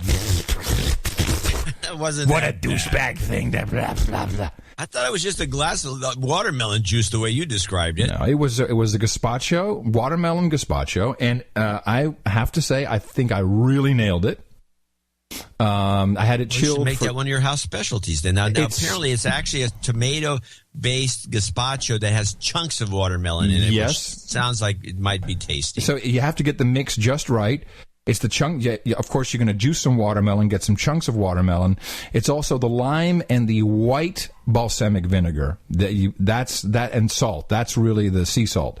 That's the mix you got to get right. You have to serve it with some, you got to save some watermelon for the chunks. And then here's what I did. A little cilantro on top when I served it, and I put a swirl of coconut milk. And that was the hit of the evening. Now, you and I discussed, you had made for me a menu. I went against Sir Scott's, he had a whole Moroccan thing with lamb shanks. And from lamb shanks, you said, why don't you just do lamb chops? Hard to fuck it up. Guess what? I almost did, strangely enough. How? I had them going too long. Oh, yeah, no, you can't overcook lamb too much. Right, so but I marinated them, and I got the fresh sticks of thyme and rosemary, which, I mean, the car still smells of it just from bringing it back from the grocery store. So I put that in with oil and with lots of garlic, and I made a sappy juice, and I marinated them, and then I went back late, and it would have been perfect for two things if I hadn't let them cook. So they're a little overcooked. I mean, not horrible, but just a tad. And as everyone's leaving, I see sitting there the frickin' mango chutney. I never served the mango chutney with it. Oh, that would have saved I'm it. an idiot.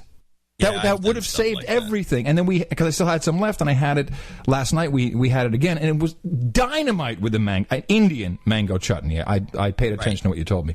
Dynamite. Serve that with mashed potatoes, and I have found my mojo in the mashed potatoes. Oh, good. Found my mojo. Lots of butter, and I threw in a coconut yogurt. Oh, really? Oh, dynamite. You know, one of those little plastic things? One of the containers. Yeah, so it has no yogurt in it. It's just like, it has, coconut whatever. It's like non-dairy something or other. You know, these... Not Sogurt. Why? No, it was not Sogurt. Amazing with that. Because, you said throw in cream, and I came up with coconut yogurt, threw that in, a little bit of fresh nutmeg, and I actually called you, John. I said, how do I keep this going? And how long will I need to keep it fresh, whatever? And so I wound up making it, put it in the oven for about an hour and a half, just on the warm, and it was nice and warm. Dynamite. Miss Mickey made broccoli, which I'd steamed first, as you told me. Didn't boil them, steamed them, and she mixed in. She does like a wok thing with mushrooms and onions and whatever else, and so that was pretty good. But the lamb, just a little bit on the overcooked side, and I forgot the mango chutney. Yeah, the mango chutney would have made a difference because it adds some moisture to an overcooked product. Yeah. And in fact, it was an overcooked product. There you go. That's what I served them. But you know what? They deserved it. After the apathy and the 23andMe, I'm like, fuck it. I'm burning your lamb. I'm going to dry that shit right out. So, anyway. Well, that sounds like a huge disappointment. I was expecting it to be the highlight of today's show. I'm sorry. I think the 23andMe is quite a highlight, but it's a sad highlight that I could not spark them, John. I just could not spark them, and I really tried. There's like, and and Jen, one of the girls, I protested in college. Now I've had it with the protest. I will point out, Mickey and I are the only parents of the bunch. Okay, so the other two couples have no kids, and I think there's something to that. I have always thought that. Yes, that it's like, There's a lot of people have the, you get it. Yeah. You know what I'm saying? Yeah, no, I know totally. I think anyone out there with kids and of course it's insulting to the non-child or the childless couples. Right. It irks them to know when the people say, well, you're no better than I am just because you raised that brat. It's usually the comeback. Until you've had a kid on a leash, you can't talk about that. Exactly. You don't know what. Kids I'm going to show my support by donating to No Agenda. Imagine all the people who could do that. Oh, yeah, that'd be fab. Yeah, on No Agenda. In the morning. Short segment today, so we might as well blast through it. Thanking everybody who came in with some pecunias to help us out. We have Jeremy Johnson, $166.69 up there in Port Angeles, Washington. Mm-hmm. We should have him in the meetups we always commonly have up there. Thank you for the show. Congrats on 6 years. Hot Pockets 2010. I'm talking to a company up in that area for the ultimate podcast device. Good. To do manufacturing. Yeah, I think it's something you can sell. Yeah, maybe. We'll find out. I could probably use it. Yeah, probably. You're Large Man in Taipei City is back with $133.33. Do not let your Skype problem become a distraction of the week. Please use these funds to fix your connection. Well, apparently. Everybody's now convinced of this. Hold on. Of the week. Hey. On no agenda. Look over there. Well, how coincidental. So what you were going to say is that a lot of people are convinced the problem is USB driver. Yeah. Well, how coincidental is it that we start the show with a new fresh cable, which means it was unplugged, and we haven't had a problem? Huh. Yeah, because maybe it's not an hour. It's maybe an hour and 20 minutes, so we still have... it'll start breaking up later, and I just unplug it and plug it back in. But it could be days. I mean, it could be... You have the thing plugged in, the computer's on for days, and then, you do the show, and then all of a sudden it starts. Yeah, it could be all kinds of stuff. Yeah, I know that, Leo's pointed this out on the Twitch show. He's commonly... people come on, and their connection goes to crap. They plug and unplug, and they're back, and it's never made any sense to me. Right. William Johnson in Smyrna, Georgia, 10101. Hey, guys, tossing 10101 your way. Took it out of his PayPal account, and the $2.01 he made by selling off his Bitcoins. How much did he make? $2.01. Nice. That's not a full Bitcoin. I know that. Then we have Sam Menner, who will be a knight. Came into the $100 of Victoria, Australia. Vavelo. That's what I got. Yeah, that's what I got too. In Eindhoven, $99. Do you have a note from him? Well, I don't think so. He says it must be. Oh, it's in the email. Well, no. Sander Hoeksbergen in Zaandam, Netherlands. He did some wells soon. He has a heart problem. We might as well give him a This karma. is for his friend Andreas, needs some heart karma, and a dedouching for fellow producer Arthur Gobetz. Okay, so we shall do the dedouching first. Ah! So sorry. You've been de-douched. And here is the heart karma. You've got karma. Sorry about that douchebag thing. And then we have handwritten notes I'll read generally. And this is Wendy in Chicago, who has also had a birthday last Sunday. Wendy Packard, 8132. And she says, newish listener, hoping to go from pre-donor to pre-dame. Would like a birthday shout-out. She's got that. Also use some job karma. She's getting laid off on August 30th. Oh. That's no good. That sucks. All right. She also says, keeping the NSA busy with my drunk tweets. She actually tweeted us during the show. Nice, nice picture. You know what I'm saying? No, because I haven't spent You've it. got karma.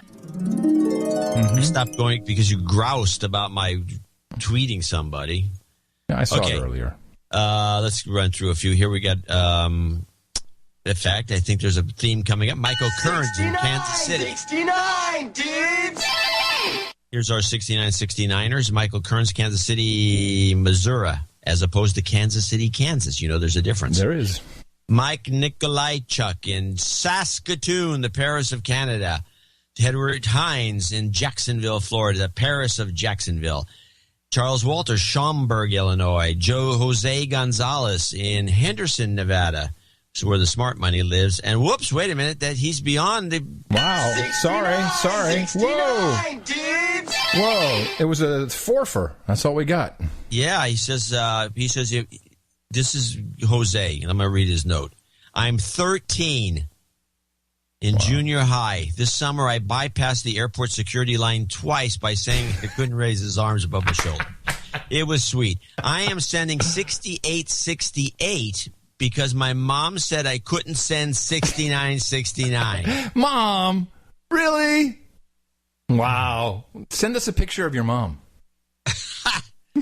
So anyway, now we got 13-year-old. Yeah, well, you know what? He's probably the smartest kid. Thank you very much. Thank you. Exactly. Matthew Davis in Raymore, Missouri, 6666. These are our 6666 donors who are helping us celebrate their 6th anniversary of the No Agenda Show. And I'm going to read off the names of this show's donors that contributed 6666. Gary Lader in Richmond, Virginia. William Jameson in Tulsa, Oklahoma. Kent O'Rourke in Frostburg, Missouri. Maryland. Frostburg, Maryland. He says our shows have been great recently. Todd Brink in New Berlin, Wisconsin. John White in Jackson, Tennessee. Rod Beery in Somersworth, New Hampshire. William Young in Lebanon, Tennessee. Chris Cowan in Austin, Texas. Kwong Lu in Santa Ana, California. Mark Heimerman, who's got a birthday coming up. We have him listed. Appleton, Wisconsin. Brian Ferguson, Foothill Ranch, California. Eric Wells in Jefferson, Georgia. John Pacifici. Pacifici.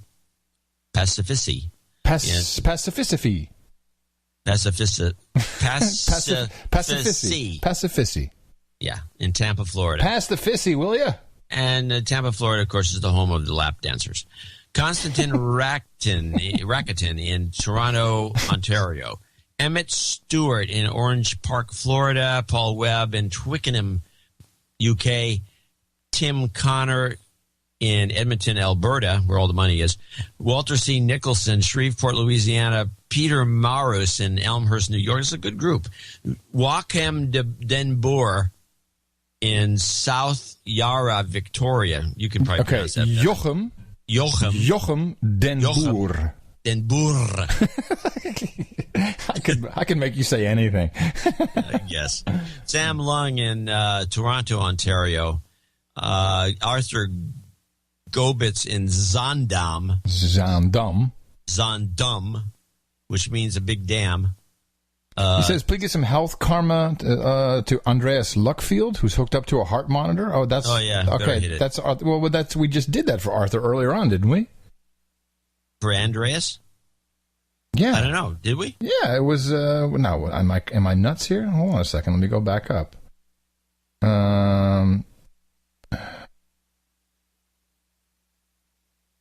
Zander Hoxbergen. Oh, okay. So these guys are all in cahoots.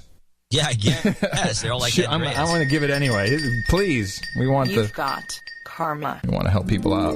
Anything we can. We have David Carey in Clement, Florida, Clermont, Florida, who needs to be on the birthday list. I don't see him. Is he on there? He had a birthday yesterday. No. Put him on. Okay, David...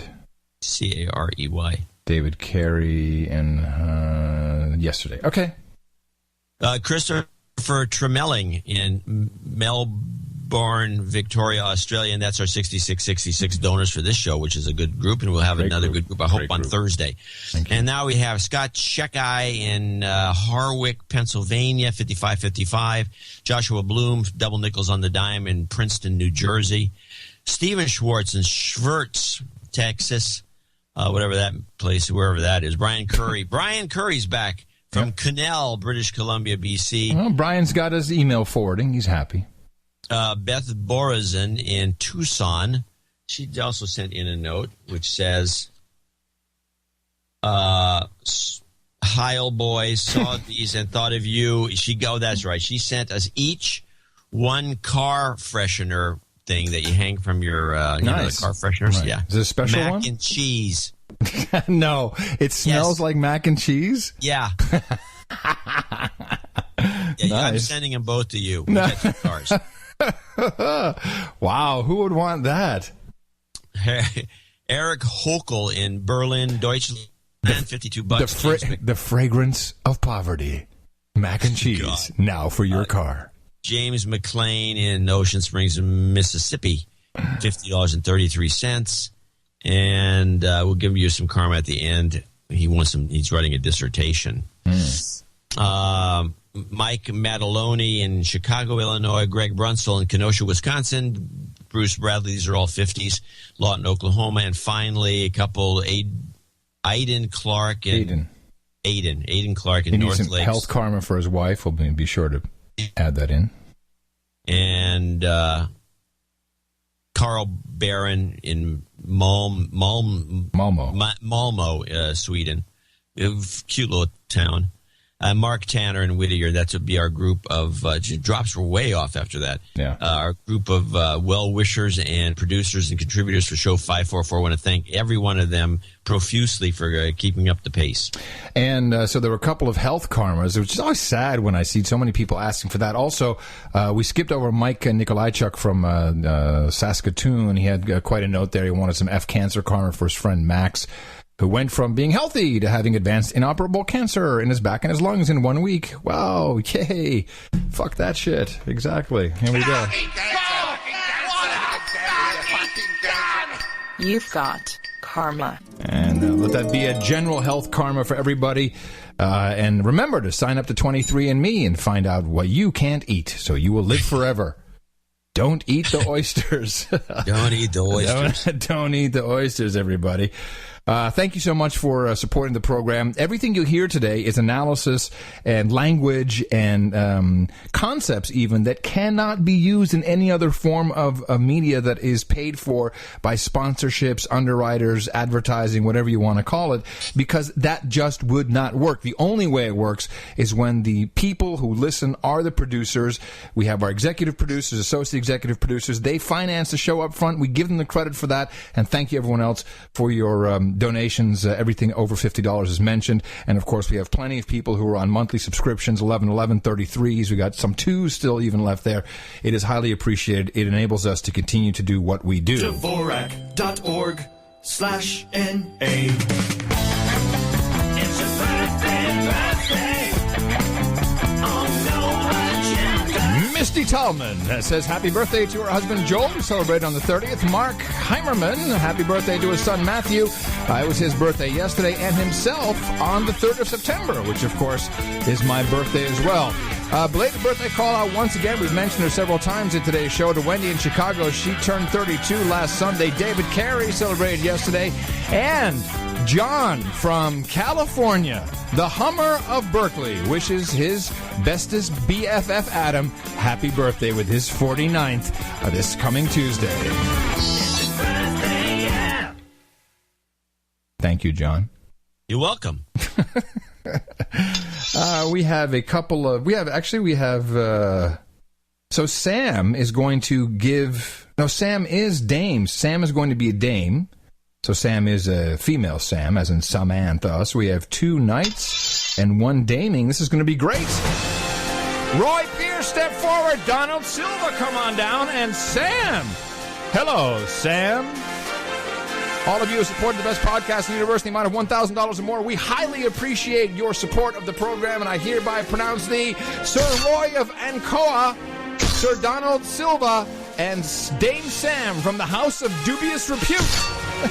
All of you now join the knights and dames at the No Agenda Roundtable. Hookers and blow rent boys and Chardonnay, hot pants and booze, long-haired heavy metal guys and scotch, wenches and beer, rubettes, women and rosé, geishas and sake, vodka in the middle of bong hits and bourbon, sparkling cider and escorts and mutton and mead here for you. And thank you again for supporting the program. Whoo! Doodly. I'm using Mutt. I'm sorry? I'm using Mutt. What do you mean, Mutt? Well, ever since I set up my mail server again, now you can do stuff. Mutt. You don't know Mutt, the command line email program? Mutt? No, I do not know Mutt. Now as you mention it, though, it rings a bell. Mutt. Mutt is the bomb. The bomb. It really is, because you can put it in a terminal window and make the window big or small, and it's using IMAP, so it's not local. It's great. It's just I got my colors and everything. Mutt. I'm slowly. The more I use GUIs and interfaces when I was a kid, we used to have these GUIs. I just write it up. The command line. No, it's kind of nice. It really is. It's just you get things done so much faster. Work with a lot of these guys who are systems guys, and when most of the time is spent on the command line because they can do so much faster. One long command. Yeah, but pipes and everything. There is a war on sysadmins, by the way.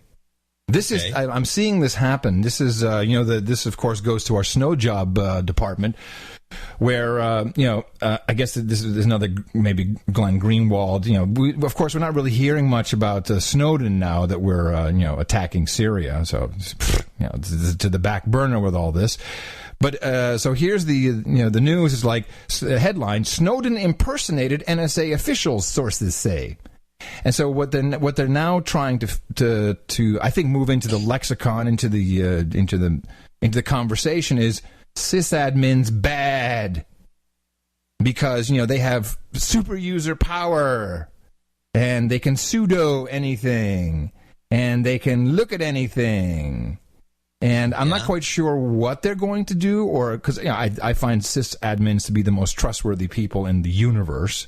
Yes, and you point out that they're the ones who look away. When you type in your password, it's like. Of course, that's because they have the password already. You know what? Sysadmins are too busy doing things to care about your email and whatever. And of course, the sysadmins are in the horrible position where they're the ones asked to do the dirty business. But I guess that what they're gonna, the idea here, I think, is we need to fire all the sysadmins, who, of course, are the only people that keep this crap running. This is the big mistake that's being made, and no, it's a huge mistake. I like it because it's like the Pied Piper story. Oh, tell me the Pied Piper story. They get rid of the guy. The Pied Piper gets all these rats out of town. Yeah, he gets rid of the guy, and next thing you know, the rats come back. Oh, right. Well, it's not the bugs. We'll call them bugs then in this case, not rats. But it's a huge mistake because I think what they're going to try to do is either have, it's going to be like you have to have two sysadmins and they'll both have to turn the key like nuclear codes or something. Which is never going to work because there's no two sysadmins in the world that think alike. Right. It'll be like, I think I should turn to the right. Use that. No. I have a command line for my key. I don't know. It's like, I want to use the 128-bit encrypted key. No, so of course that won't work, but also, that means you're going to have to find two guys at the same time, and when you need something done, you just want it done. This is a huge mistake, and they're probably going to try and automate a lot of this stuff. Well, there's the which management is impossible. Guys who are really close to these sysops or sysadmins and all the rest of them. They are easily sold, and I think a lot of CEOs are sold by Skip Logic on the idea that you don't, these guys, the new automated system will take care of this. Yeah. This new software will take care of, you won't need a sysadmin. You use this software.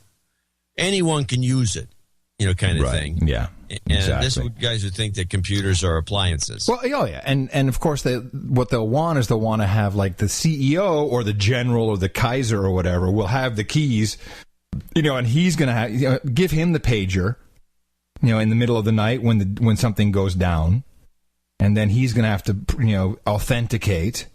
It's a nightmare. But there is an actual war on sysadmins. I kid you not. It is taking place, and it's a huge, huge mistake. Huge mistake. Yeah, just based on the one Snowden guy. Because of one guy, yeah, but what was one guy with a conscience, or maybe still may be a plant from the CIA into the NSA. I mean, we don't know any of this. No, but what you and I know is that there's so much money to be made, and all the contractors, they're looking for anything to make money. Oh, cyber war? Okay, we're gonna have cyber shields. We're gonna have cyber, fortifications. Whatever word we can think up. And we can sell to the government, we're going to get it. What is Kaiser Alexander's budget? $18 billion? Yeah, and he wants to create a cyber army of the. Yeah. Then of course they got the note came out. Apparently we've been committing acts of war against numerous countries, commonly through our computer systems. Yeah, I'm surprised that nobody calls us out on it, but they don't. So I got an odd clip back to the Syrian thing. You know what? It's time to test. It's time to test. You are now cutting out. Oh, okay. So unplug your mic. Your USB. Now tell me when you can tell when I don't know if that was intentional or not, but we did lose him. And let's see if he can reconnect. So the Skype connection remains in place, and I heard the click. You heard a click? Yeah, and you're back. And I'm back. Let's see what happens. All right. So this was about 2 hours. Of course, you had to reboot because something was wrong with your mouse before the show? Yeah. Okay, so it's about 2 hours. Dead battery. Oh, really? Yeah. Hate it when that happens. Well, it's rare. I mean, it's the first time I've ever changed the battery on the mouse. Okay, so we have... I found this to be peculiar. Now, if we're going to attack Syria, why? Let's just say we were all in and we were just going for it. Whose side would we be on? We would be on the side of the Saudi Arabians and on the side of, crazy enough, Israel. Well, that's okay. Let me back up. You got two sides the way I see it. You got the Assad side and you got the rebels. Oh, you're just talking about Syria itself. Yes, that's correct. Assad and the rebels. Right. Whose side would we be on if we were bombing them? Side of the rebels. Oh, interesting. Then how do you make sense from this odd comment from the Iranian, one of the Iranian spokesholes? Let me... is this the woman spokeshole? No, this is a man spoke, so they don't let the women speak. Yes, no, they just let the woman speak. More later. Meanwhile, in Iran, a senior cleric said any military action by the U.S. is doomed to fail. If the Americans commit such a mistake of attacking Syria, they definitely won't achieve victory, and victory will belong to the resistance and the proud nation of Syria. Okay, hold on. So, who are we attacking? So who are we attacking? Well, that's when I heard this, I went, this doesn't make any sense. Yeah. What's the deal? So something's up there. Okay, but you as a Middle Eastern expert, and I know that you spent many years at the Brookings Institute and of course, your seat in the Council on Foreign Relations. Are we not just doing Israel's bidding for them? Is that not what is happening here? Is that not just obvious? Am I crazy? If you remember when this thing I guess within the first month of the conflagration, which began a couple of years ago, and I looked at those pictures of some of the towns, it looked like Lebanon, which was really was messed up by the Syrians. I still think that this is a make good. And the Middle Easterners thinking long term, a make good for ruining Lebanon for all time. It looks like, and now their country's going to look the same. I think personally, that's all there is to it. That's my opinion. Well, it's just to make the landscape look the same. Is that what you're saying? So it's just a wreck. It's a mess. Hey, bullet holes everywhere. It's like Detroit looks like crap. So we've got to make Kalamazoo look crappy too, and just pull the plug on it. Yeah. That sort of thing. That makes no sense. How come you can't just answer my question? I couldn't. I just did. Do you think it's only because Lebanon is in shambles and Beirut looks like crap? I'm telling you, this is my oddball thesis. I know nobody. I'm just telling you what I think. Okay, fine. All right, fine. Look, all I know, I think it is retaliation, but I think it's a different kind of retaliation. You can't remove Saudi Arabia from this equation. You can't remove Israel from it. You can't remove the Palestine conversation. I don't even know what to call that anymore. I mean, you can't remove any of that. I think ultimately, if we follow your logic, then the end goal is to just have everything be rubble. Exactly. Okay. It's just a rubble everywhere. All right. Well, good. Then I have nothing else to say. That's great. I do have a great new initiative, a commercial, and I would like to say right now, I would appreciate it, and you may join me in this, John. I would like everybody who can hear the sound of my voice to put my name up for nomination for this new campaign. I submit my name gladly, and I hope everyone will submit my name on my behalf. Andrew. Sandy. Ivan. Katrina. Since 1954, the World Meteorological Organization has been naming hurricanes and tropical storms. But what did these people do to deserve having their names attached to this? As climate change continues to create more frequent and devastating storms, we propose a new naming system. One that names extreme storms after policymakers who deny climate change. We propose something like this. Senator Marco Rubio is expected to pound the eastern seaboard sometime early tonight. Windows are being boarded up and grocery stores are virtually empty as Marco Rubio threatens everything in his path. Now, Michelle Bachmann is on the way, folks, and specifically the eye of Michelle Bachmann will be hitting Florida in a few hours. Congresswoman Michelle Bachmann is incredibly dangerous. If you value your life, please seek shelter from Michelle Bachmann. Senator David Vitter is turning out to be one of the hugest and costliest disasters in American history. David Vitter is literally lifting boats out of the water and tossing them onto the land. In New Orleans, the levees that were built to stop Hurricane Colin Peterson have been obliterated. I'm here at the North Pier where Speaker John Boehner is really doing a number on this coastline. John Boehner is just destroying this town. Local animal shelters are under pressure as thousands of animals have been displaced or killed by Governor Rick Perry. We can't even take care of the animals. This is the best commercial I have seen in a long time, John. It's great. And it just goes on. I mean, it's better when you see the videos because they really did the whole newscaster thing. Right, the whole. I would love to have a hurricane named after me. That would be great. Yeah, it would be, but that clip of the week, by the way, or clip of the day, hit Really? I thought I'd never seen this. It's hilarious. Oh, well, that's very kind of you. I don't know if I deserve it, but I'll take it, of course. Clip of the day. Adam Curry's eye.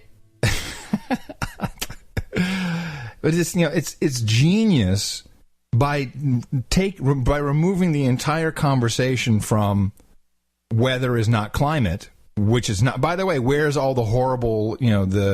This is supposed to be the worst season ever. I'll admit Sandy, which was not a hurricane, was not fun. But what else have we had since then? Isn't the season almost over now? It's been pretty mild, whatever's going on. So, but they've removed the conversation from. Oh yeah, no, you can't keep the conversation consistent. It was funny. I forgot during the dinner because all of a sudden it spiked back up. It's like 105 here in Austin, and it was really nice because we were down in the 80s. We were like, "Oh my God, this is great!" I'm running around town in my dress, going like, "Hey, it's global cooling. I told you." And our guests come over and they look at me like, "Told you it was global warming." Yeah, because there's never been 105 in Austin in the entire history of mankind. No one's ever heard of hot temperatures in Texas. Oh man, I do love them. I love my friends. I know they love us too. I have to say that because otherwise, don't. Yeah, you're done. There goes a good percentage of the show. They don't donate to the show, by the way. Yeah, well, they're not donating any information. That's for sure. Now, you got to tell them to move it up. They got to step up their game. Step it up. Hey, no more free food for you.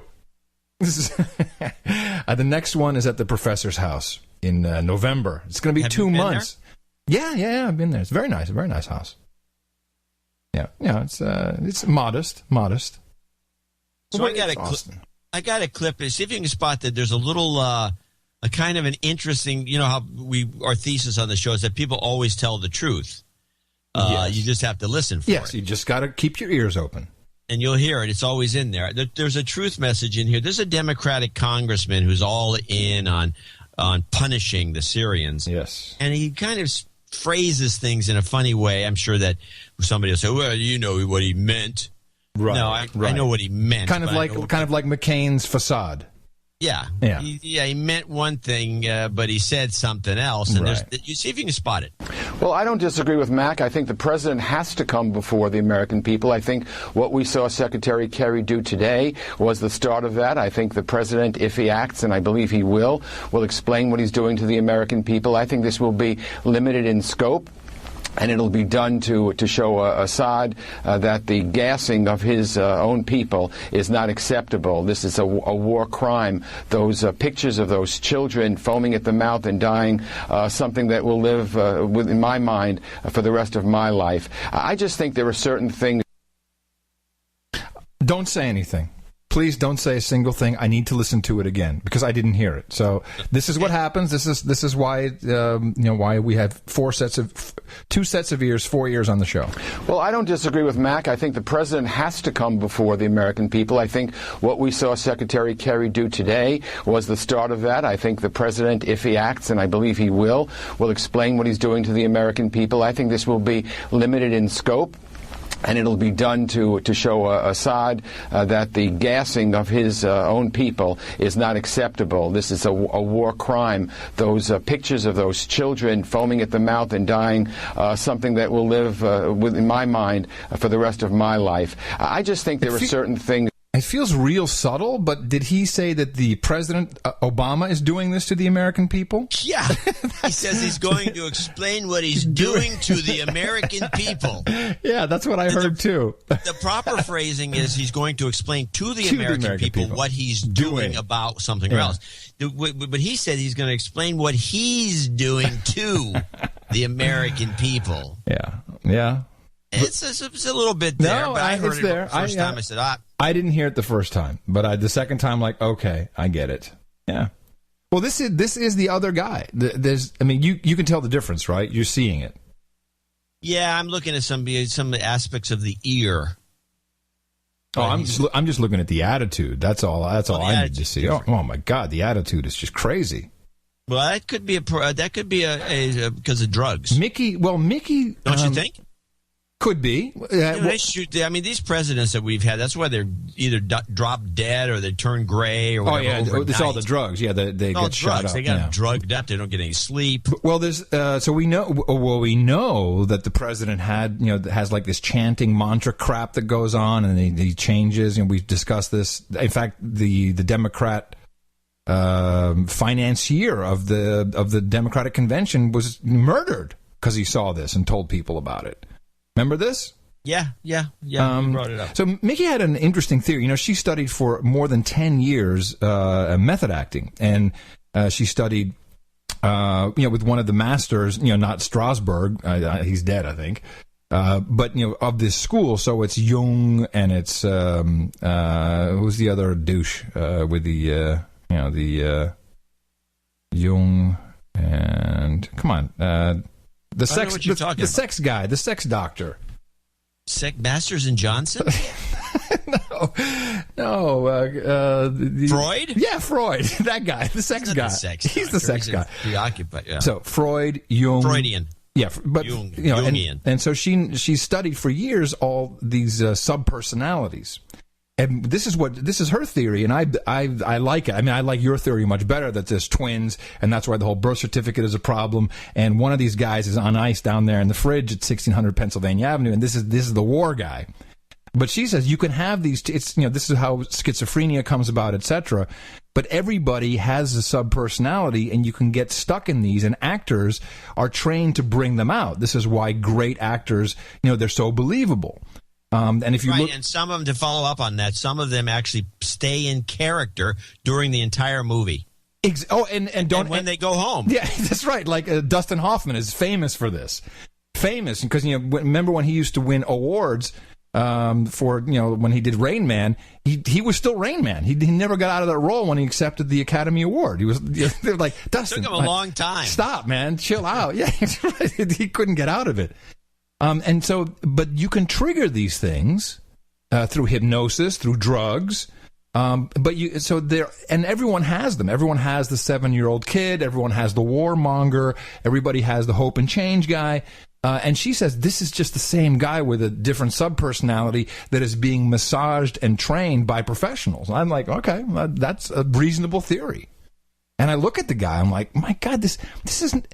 Just go back and look at something from 2007 or 2008.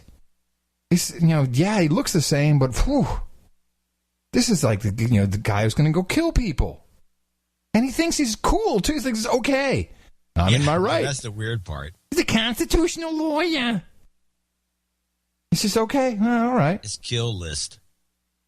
And he's supposed to get a kick out of it when he apparently watches a lot of these drone strikes, and he just giggles. Well, you know what I'm missing? This is what I don't understand. You've got something going on and you need a distraction. Call Crewman. Where is he? Call Crewman Where is Clooney? They need to bring some celebrities into this pretty soon. They need to bring... Here, this is the BBC report, which I found hilarious. George Clooney is a spy. That's how it started. Well, that sums it up.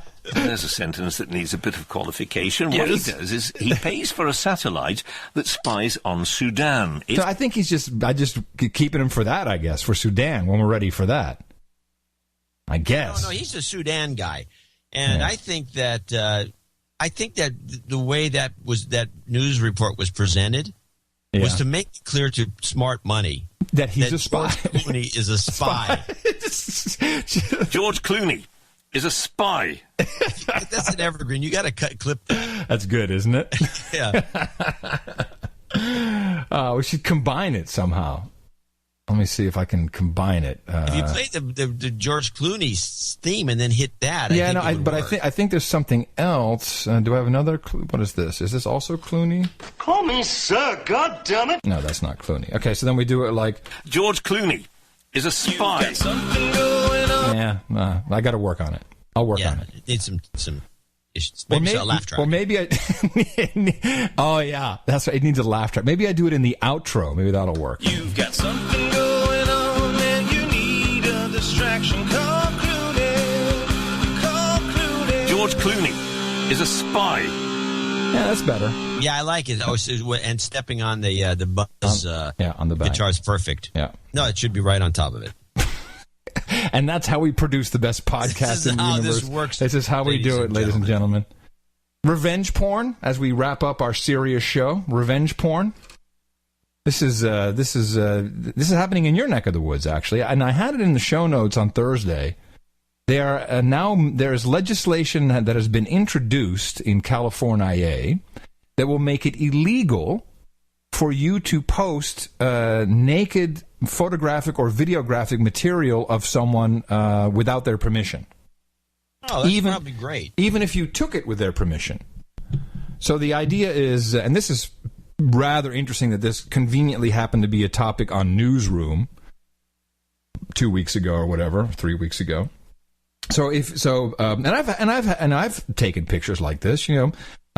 So you're hanging out, you know, you have like your hookup, your girlfriend, your boyfriend, your wife, your husband, whatever. You take some crazy ass shots, but then you break up or you get a divorce. And then you're so angry, you're like, look at this biatch. And then you post the naked pictures on the internet. That will become an offense. And I'm not so sure. I find this... I think it probably has more to do with media somehow or something with politics. I mean, it's going to be misused for something. But there's this woman, Holly Jacob, and she is the spokeshole for the movement, revenge porn. In fact, she has, let me see if I can find... What was the name of she mentions it in this report. She has a website and everything. What if you go? Let's look at the logistics of this.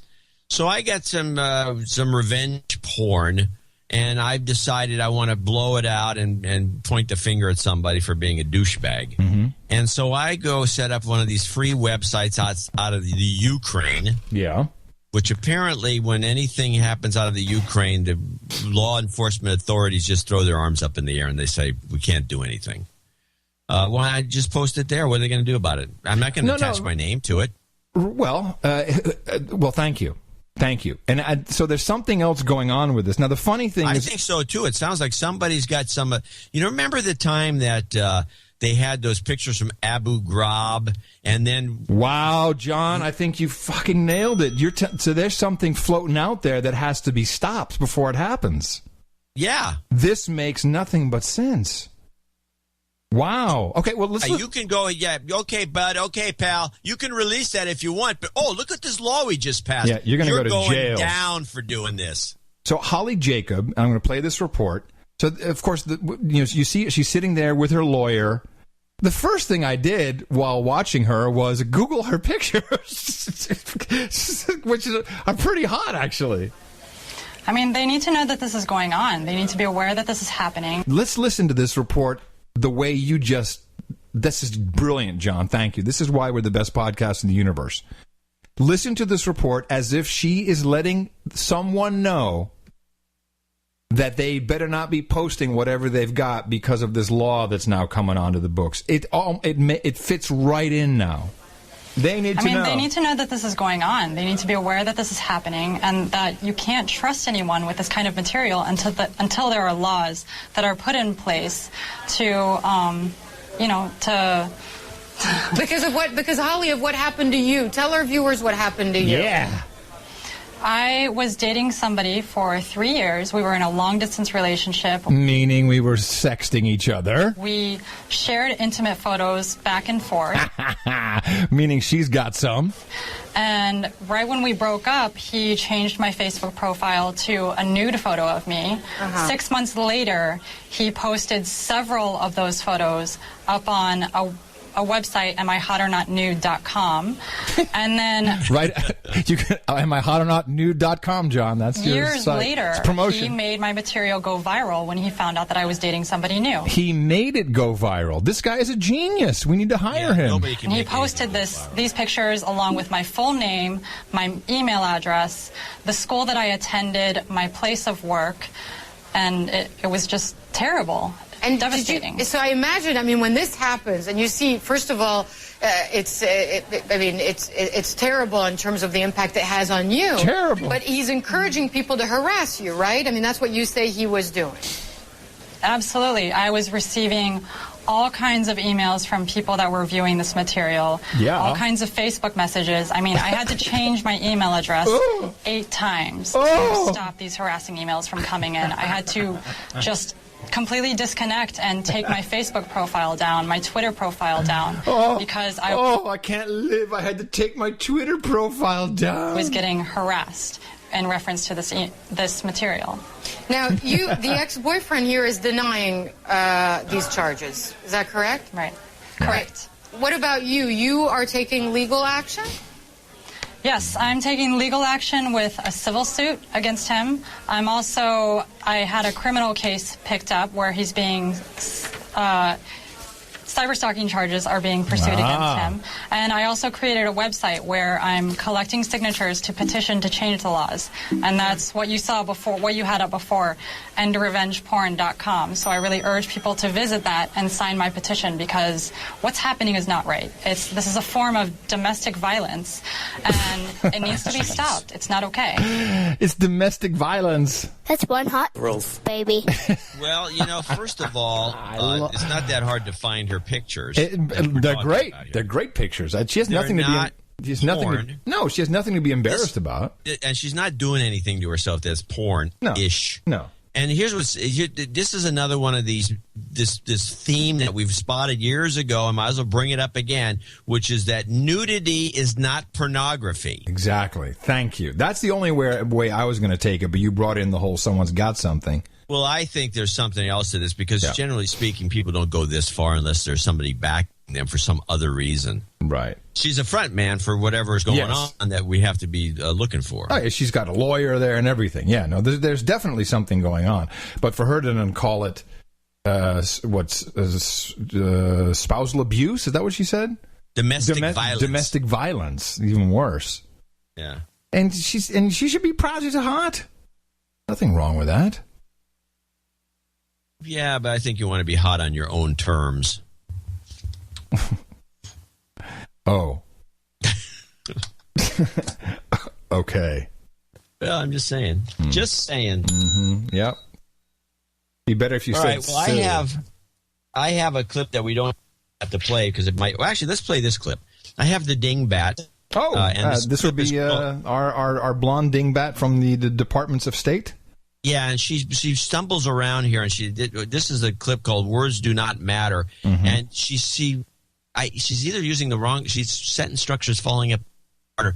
There's something she says in here. Now, this is a clip that.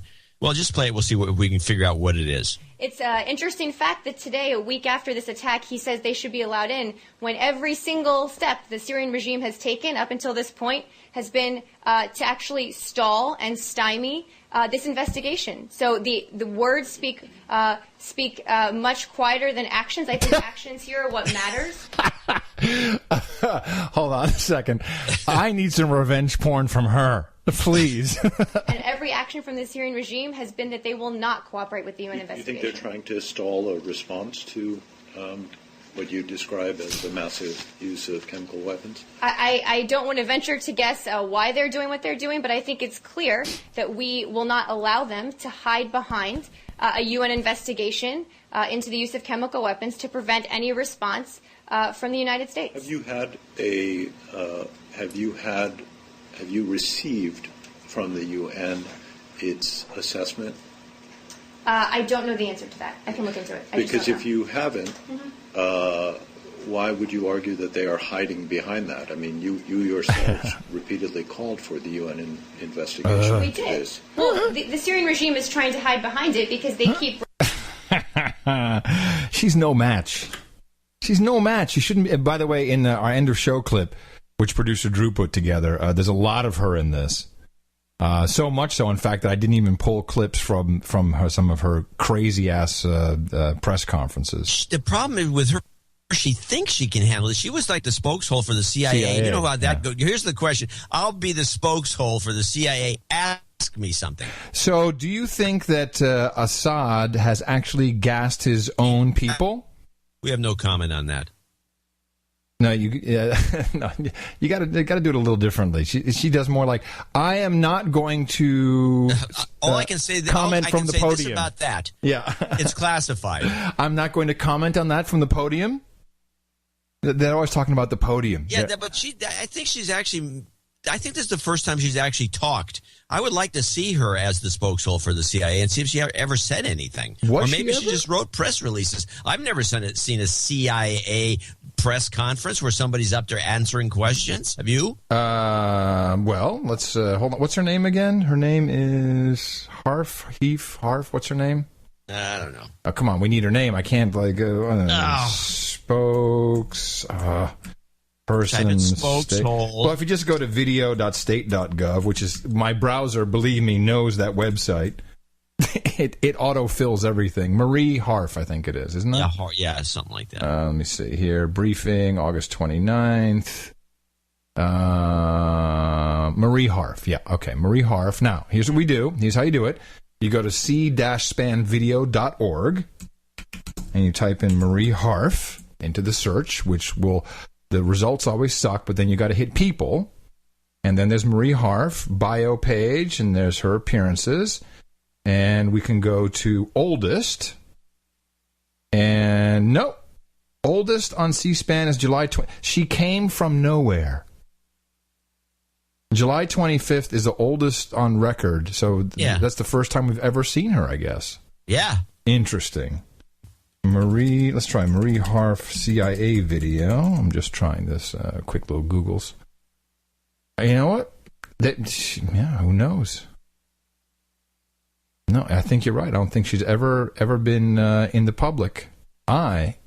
Yeah, no, she thinks she's a hot shot because you can tell that she doesn't realize she's being made a fool of by a couple of these guys. By the best podcast in the universe. And us, of course.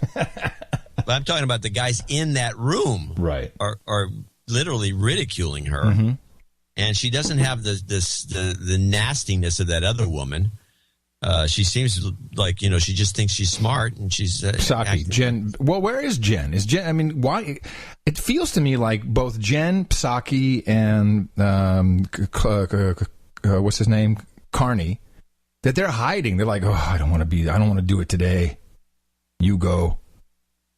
Doesn't it feel like? I think Psaki's probably working at a coroner because she likes to disassemble corpses. I collected 5 feet today. Because she has no soul? Is that why? Could be. All right. Okay, so as we wrap it up for today, John. Yes. And do you have one more thingamabobby, or are we going? I think I'm good. I got the Hollande clip, which is just like, nah. We don't need that. No, we got gassing their own people. I got another clip. But I still have this one clip. We're not going to play it on this show, but I kept it in abeyance, which is the scam of the 1990s. The woman who. No, I want that's the H&K. I want you to hold on to that for Thursday's show. Can you do that? Yeah, good. And I have, there's even more information about this that's even more disgusting than the clip itself. All right, so looking at Thursday's show, Thursday will be the 5th of September. Am I correct? Yeah, the 5th of September. Have we sent Raytheon steel towards Syria? Yay or nay? I'm saying nay. Nay. Have we had a vote by then? Yay or nay? Nay. Nay. Okay. September 11th would be a nice symbolic day to do it. Yeah, and a lot of people pointed that out to us. September 11th is coming up. This is a good time to bomb somebody. It would be a good time for someone to do something so we then could bomb. Right. So, and we are coming up on the 11th, which is the day of the 6-week cycle. Oh, so all kinds of action. Yes. Okay. So, coincidentally, it's a 6-week cycle coming up. Don't know if there's a coincidence. The stuff's going to be a popping. All right. Well, we will be here. Please support us by going to Dvorak.org/NA. You can't get this kind of analysis anywhere else, and hopefully we made you chuckle at least once or twice. If you've got any revenge porn, send it to me, adam@curry.com, and we will be back on Thursday. Coming to you here from the Travis Heights Hideout in the morning, I'm Adam Curry. And from Northern Silicon Valley, I'm John C. Dvorak. Final clip done by producer Drew. Thank him so much, and we will talk to you again on Thursday right here on No Agenda. As a father, I can't get the image out of my head of a man who held up his dead child, wailing while chaos swirled around him. The images of entire families dead in their beds without a drop of blood or even a visible wound. Bodies contorting in spasms. Human suffering that we can never ignore or forget. The CIA's drone campaign in Pakistan has killed dozens of civilians who've gone to rescue victims or were attending funerals. Anyone who could claim that an attack of this staggering scale could be contrived or fabricated needs to check their conscience and their own moral compass. Between 282 and 535 civilians have been reported as killed, including more than 60 children. Everything these images are already screaming at us is real. And with our own eyes, we have all of us become witnesses.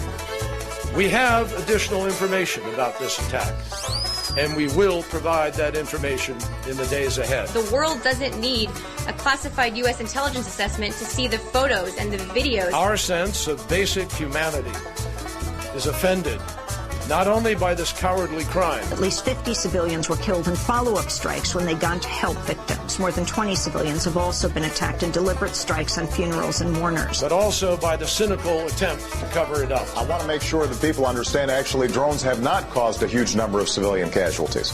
At every turn, the Syrian regime has failed to cooperate with the UN investigation, using it only to stall and to stymie the important efforts to bring to light what happened in Damascus in the dead of night. Meanwhile, the American Civil Liberties Union filed a case last week to force the Obama administration to release legal and intelligence records related to the targeted killing of U.S. citizens in drone attacks in Yemen last year. The lawsuit charged the Justice and Defense Departments and the CIA with illegally failing to respond to requests made in October under the Freedom of Information Act. Their response needed to be unrestricted and immediate access.